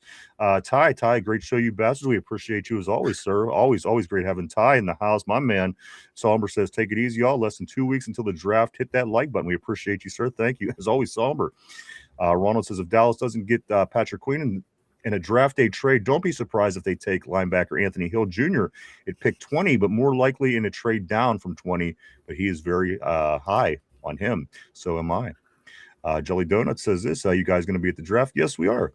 He says, I hear practically the city is going to be shut down. If you guys are, you should wear GoPros down there in the street. We're working on a few things. So we will see again. They're expecting almost 800,000 people in town. And again, as we said on the show before, Jelly, you get into town for a Steeler game, there's 60,000 people. It's pretty busy. So it's going from 60,000 to almost 800,000. So again, make sure you get prepared if you're coming into town. If you're in town already, just expect it's going to be wild. It's going to be one of the craziest things you've ever seen, the biggest event ever in the city of Pittsburgh. So absolutely, it's a lot of fun comes with it, but there's going to be a lot of headaches also. And you know what? Every city that gets it, they have to deal with it. So Green Bay had to deal with it. Whoever else, Kansas City, Detroit, whoever, will survive. I think. I hope. Also, Somber says this. He says Hill was ranked 86th overall. Peace, gents, to Somber, my friend, everybody. Again, I do want to say this. I want to say thank everybody for coming and hanging out and checking us out today. We appreciate each and every one of you. We truly, honestly do. We wouldn't do it without you. Thank you so much. I want to say also thank you to everybody on the Terrible Board. You always keep things interesting on this show because not only are you important, you are the lifeblood, the lifeblood of this show. You truly, honestly are. We value you way up here. Believe me, we truly, honestly do. We talk about it often here at the studio, and we couldn't be happier. Thank you so much, guys, on the board. I do also want to say thank you, everybody that's at home. Maybe you're in the car, maybe you're at the gym, maybe you're at work, watching, listening, whatever the case is. Thank you, too. Mike, we're heading into the weekend. Again, lots of sports here for us in Pittsburgh. We're going to keep our eye on everything Steeler related. And again, 13 days to the draft. Who knows what's going on with Aaron Rodgers? It is and again, Mike, here in Pittsburgh, there's so much going on this year with the Pirates looking good. The Penguins getting into the playoffs. So if you are in town, you are enjoying your sports right now, and it's helping you get through the spring. Also with UFL football, WFA kicks off next month, Mike, with the Gals later this month, beginning of May. The Pittsburgh Passion, they kick off. And then also the Pittsburgh Riveters, the female soccer team, the pro team that started last year, Mike. They're also coming up here in the spring. So much sports in the Berg. You got to love it. And with the big draft coming in 13 days, it's just it's great times to be a Yinzer.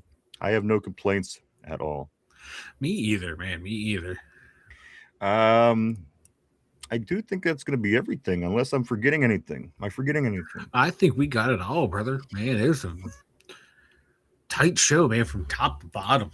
Oh, we appreciate everything, guys. We'll be back first thing on Monday to do it all over again. We hope to see everybody then. A lot going on this weekend, so keep up with what's going on. We'll be getting into all that and so much more, especially counting down the last 10 days at that point till the NFL draft. So much to get into next week. I think RB is going to be in a lot more next week with the draft getting closer. A lot of stuff coming down the pike, guys. So we hope that everybody is here for that.